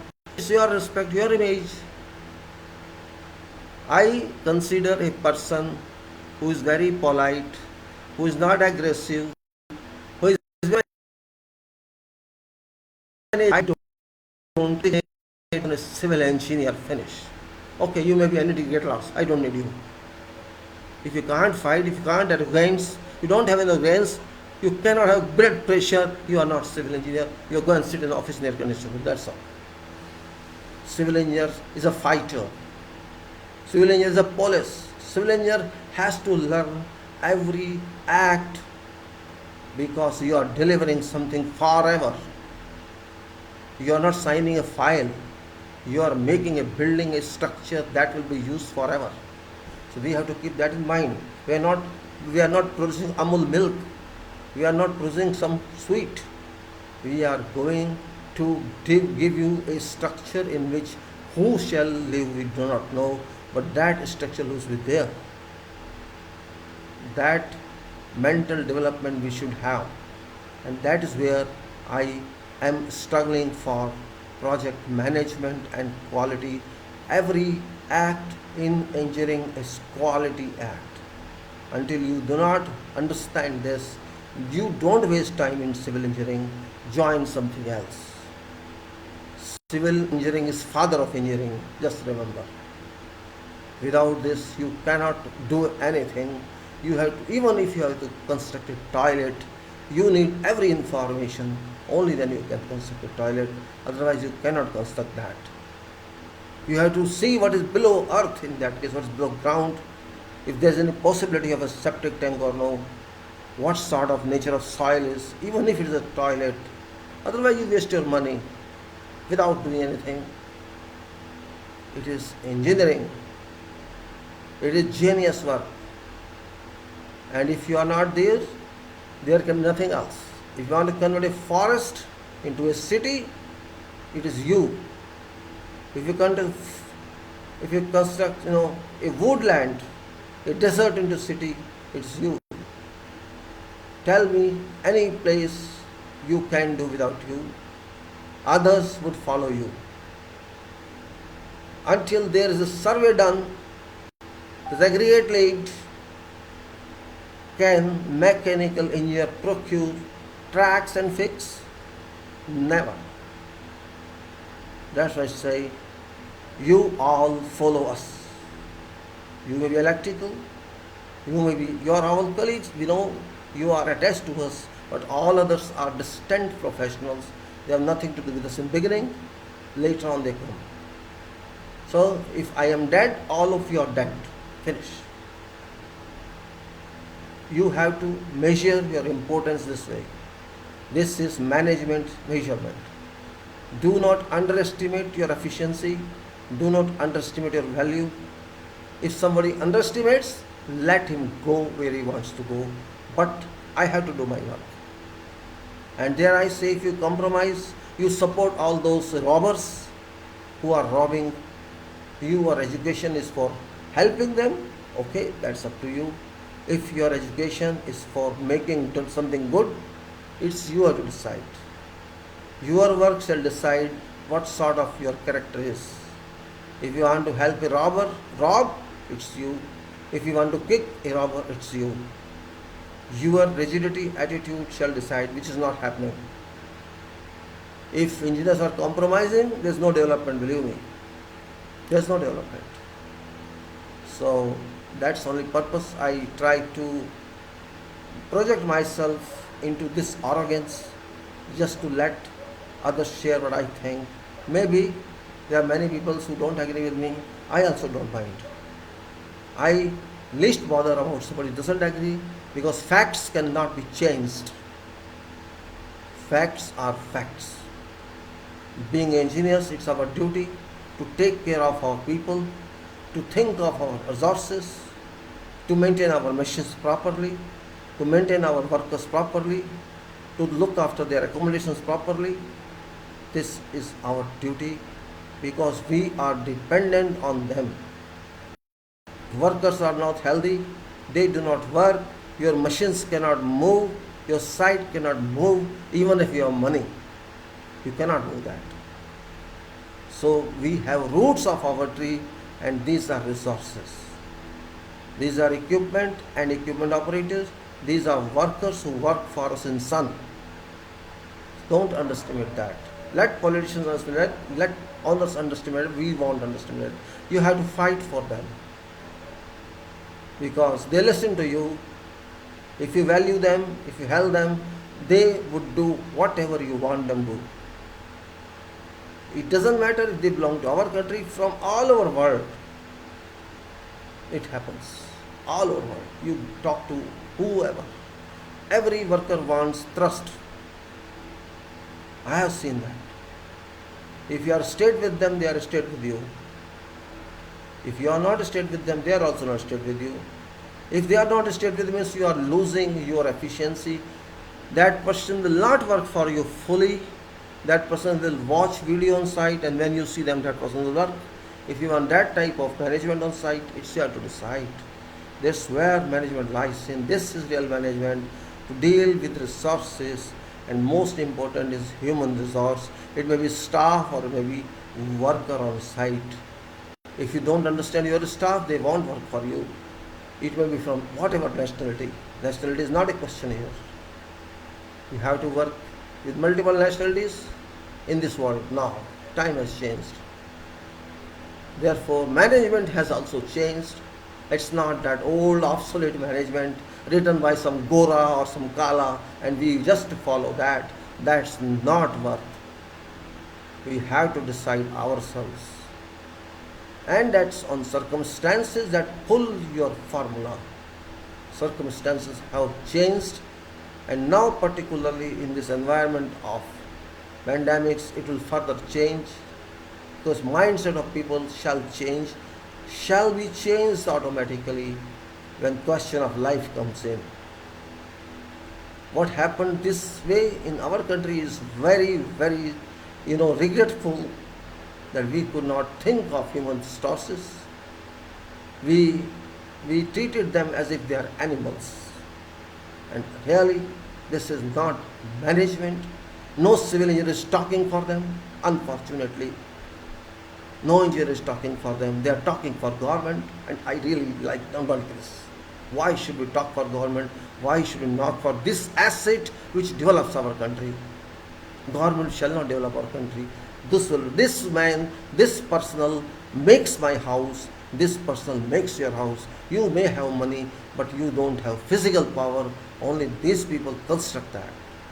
It's different, right or wrong, but they involve their physical stamina to construct in a single room for me. Nobody else should come. You will not get this resource from UK or for America for your home. And this is the only reason that those people can't make their houses. Go and see these English people. They are not very rich in houses because it's very expensive work of the year. There, one carpenter, one mason charges £100 a day. Just think on, can you pay that? £100 a day. It includes cost of car, cost of houses, every cost is counted, and this is rate per day. So we are lucky that we have cheap workers, say 1000 rupees per day, 500 rupees per day maximum, and we can use this resource for our comfort. That point we have to understand. This is very important point. Here, riches are valued. Those are powerful, they are valued. But those are real powerful, they are not valued. This is also a part of management. We have to think on this. What level of treatment you have to give to them, and what level of treatment you have to give to someone else who is powerful. If we cannot think at least this much, then we cannot consider ourselves engineers. We cannot think that we are human beings even, because we are doing development at their work. At their work. If they don't work, they will live as means they can live, but we cannot live. So this point is very important. Very important. I have worked with many nationalities, more than 50 nationalities, and including workers. I know what workers are. They are workers, they are forced to be workers. They don't have money. Same our workers are. So worker is very important. I am also worker. What I am? If I have a degree, doesn't mean I am also working for someone. I shall work. I have worked in past for someone. I know what torture is, how they torture, how they want to make more money. But all they do, because you are there on projects, who works, engineers work, not owners. They can't work. They are not qualified. We are qualified, more or less specially. So we work. And if we do not show our responsibility to that, this means our work is no meaning. This point we must understand. And until we understand this point, we shall touch their feet always. Simple. If engineers decide that we have to be strict in profession, just like doctors do, and doctors working hard, no indeed, but they are doing their profession. Are we not doing that? We also do that. But we change immediately. We submit to them. That's our problem. I don't understand why. Work is work. You may be whosoever. Out of work, you can tackle me differently. But when I am work, don't teach me what I have to do until you are educated in that profession. I had many disputes with many people in my life. I want this level in 3 days. Oh, shut up, get lost. It can't be done before 2 weeks. What do you mean 3 days? It's a joke, it's magic. They don't understand. Scaffolding is not ready. Nothing is ready. I want in 2 days. I say I can't. Okay, I'm going, finish. Do yourself. If something is not possible and you are saying I want in 2-3 days, are you fool? No, please. Help. Try. What try? I can't try. Finish. I don't have time for this. I know it's not possible. I want in 3 days. Foolish, stupid. This non-technical people. Okay, you have money, you are a rich person, you honor this company. This doesn't mean you can expect everything. There's a sequence of every activity. You want in air this lab? This happens. Power comes in hands of those people who are not relevant to that job, and they start commanding on you. I can't submit to that command. Those who want to submit, let them submit. I don't submit. If you want to submit, you submit. It's your job. You will learn. Time will teach you. Don't worry. Time teaches everybody. It teaches everyone. Time comes. And they are not seen then. Those people who try to abuse others, they are not even seen existing somewhere. This is, we have to learn. Lesson learned. Who can learn? These people will never learn. We have to learn. Lesson learned is very important point. This is not university lesson. This is not applied mechanics or theory of structure lesson. This is life lesson, professional lessons, which take many years to find solution. Every year is new degree. Every project is new degree. I don't care for certificate of university, because that certificate was too back, means that it has only limited value. But what you learn in field, physically, mentally, technically, managerially, that is real asset. That is real asset. That gives you confidence of work. It gives you decision making power. It gives you how to move alone further. How to move alone. Because we are used to dependence on others. But you have to move further. Once you have to move alone, people will follow you. If you don't want to move alone, nobody will come to you. They will come to you in their way. Okay, you have to do, we do this way or we do that way. Everybody give you advice. But if you start alone, you start doing it, then they will follow you. This is my style. I start this, finish. I don't care for plan. You start excavating, I will see. When people see that you are not listening to anybody, you are doing your way, then after some time they will come in to see, okay, what help you want, we'll give you. Then they will have different approach. In beginning, everybody will try to advise you. No, we do this way and we do that. They understand you don't know anything. Therefore, move together, alone. That's it. I am moving alone. That initiative, that action is required, and that is actually an engineer. You are an engineer, not that person who advises you. How can someone advise you when you know that job? But they know you are not aware of this. That's why they don't know you. They think, oh, we have worked so much. You don't know. You are new. You are only in degree. They know you. This means miscommunication. But you move one step, 2 steps, 3 steps.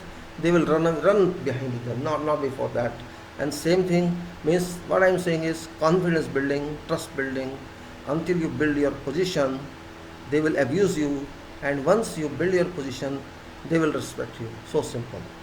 It may be consultant, it may be your management, it may be someone else. Once you start streaming in that environment, those people shall automatically merge in yourself, rather than thinking to merge you in themselves. And that point is actually break point of management. Just like we say break chlorination, it is that stage that you start smelling them offensively and they try to run away and do job. That stage is important, and that was purpose of my management here. I have taken up so far limited number of activities. Some more are there. I'll take later on, not very much. But important thing is management of these structures of activities, because this is what we have to. This is what we have to do. Means is there someone else there? If we are successful in doing that, having a command on that, and not only command, confidence on that, that is required. And once we have that, we will move further and have more confidence. Now I think I should close it down. Already around 7:20. And I thank you very much. I'll take up further activities and start something else. I'm thinking take up some contractual issues if you are interested in, because that is more important than technical talks. First, if you understand contract, the technical for all life you have to understand. All new projects are technically oriented. These are all obsolete projects I showed to you, yet people don't understand them. So I'll take up later on. Thank you very much, gentlemen. I'll see what to do.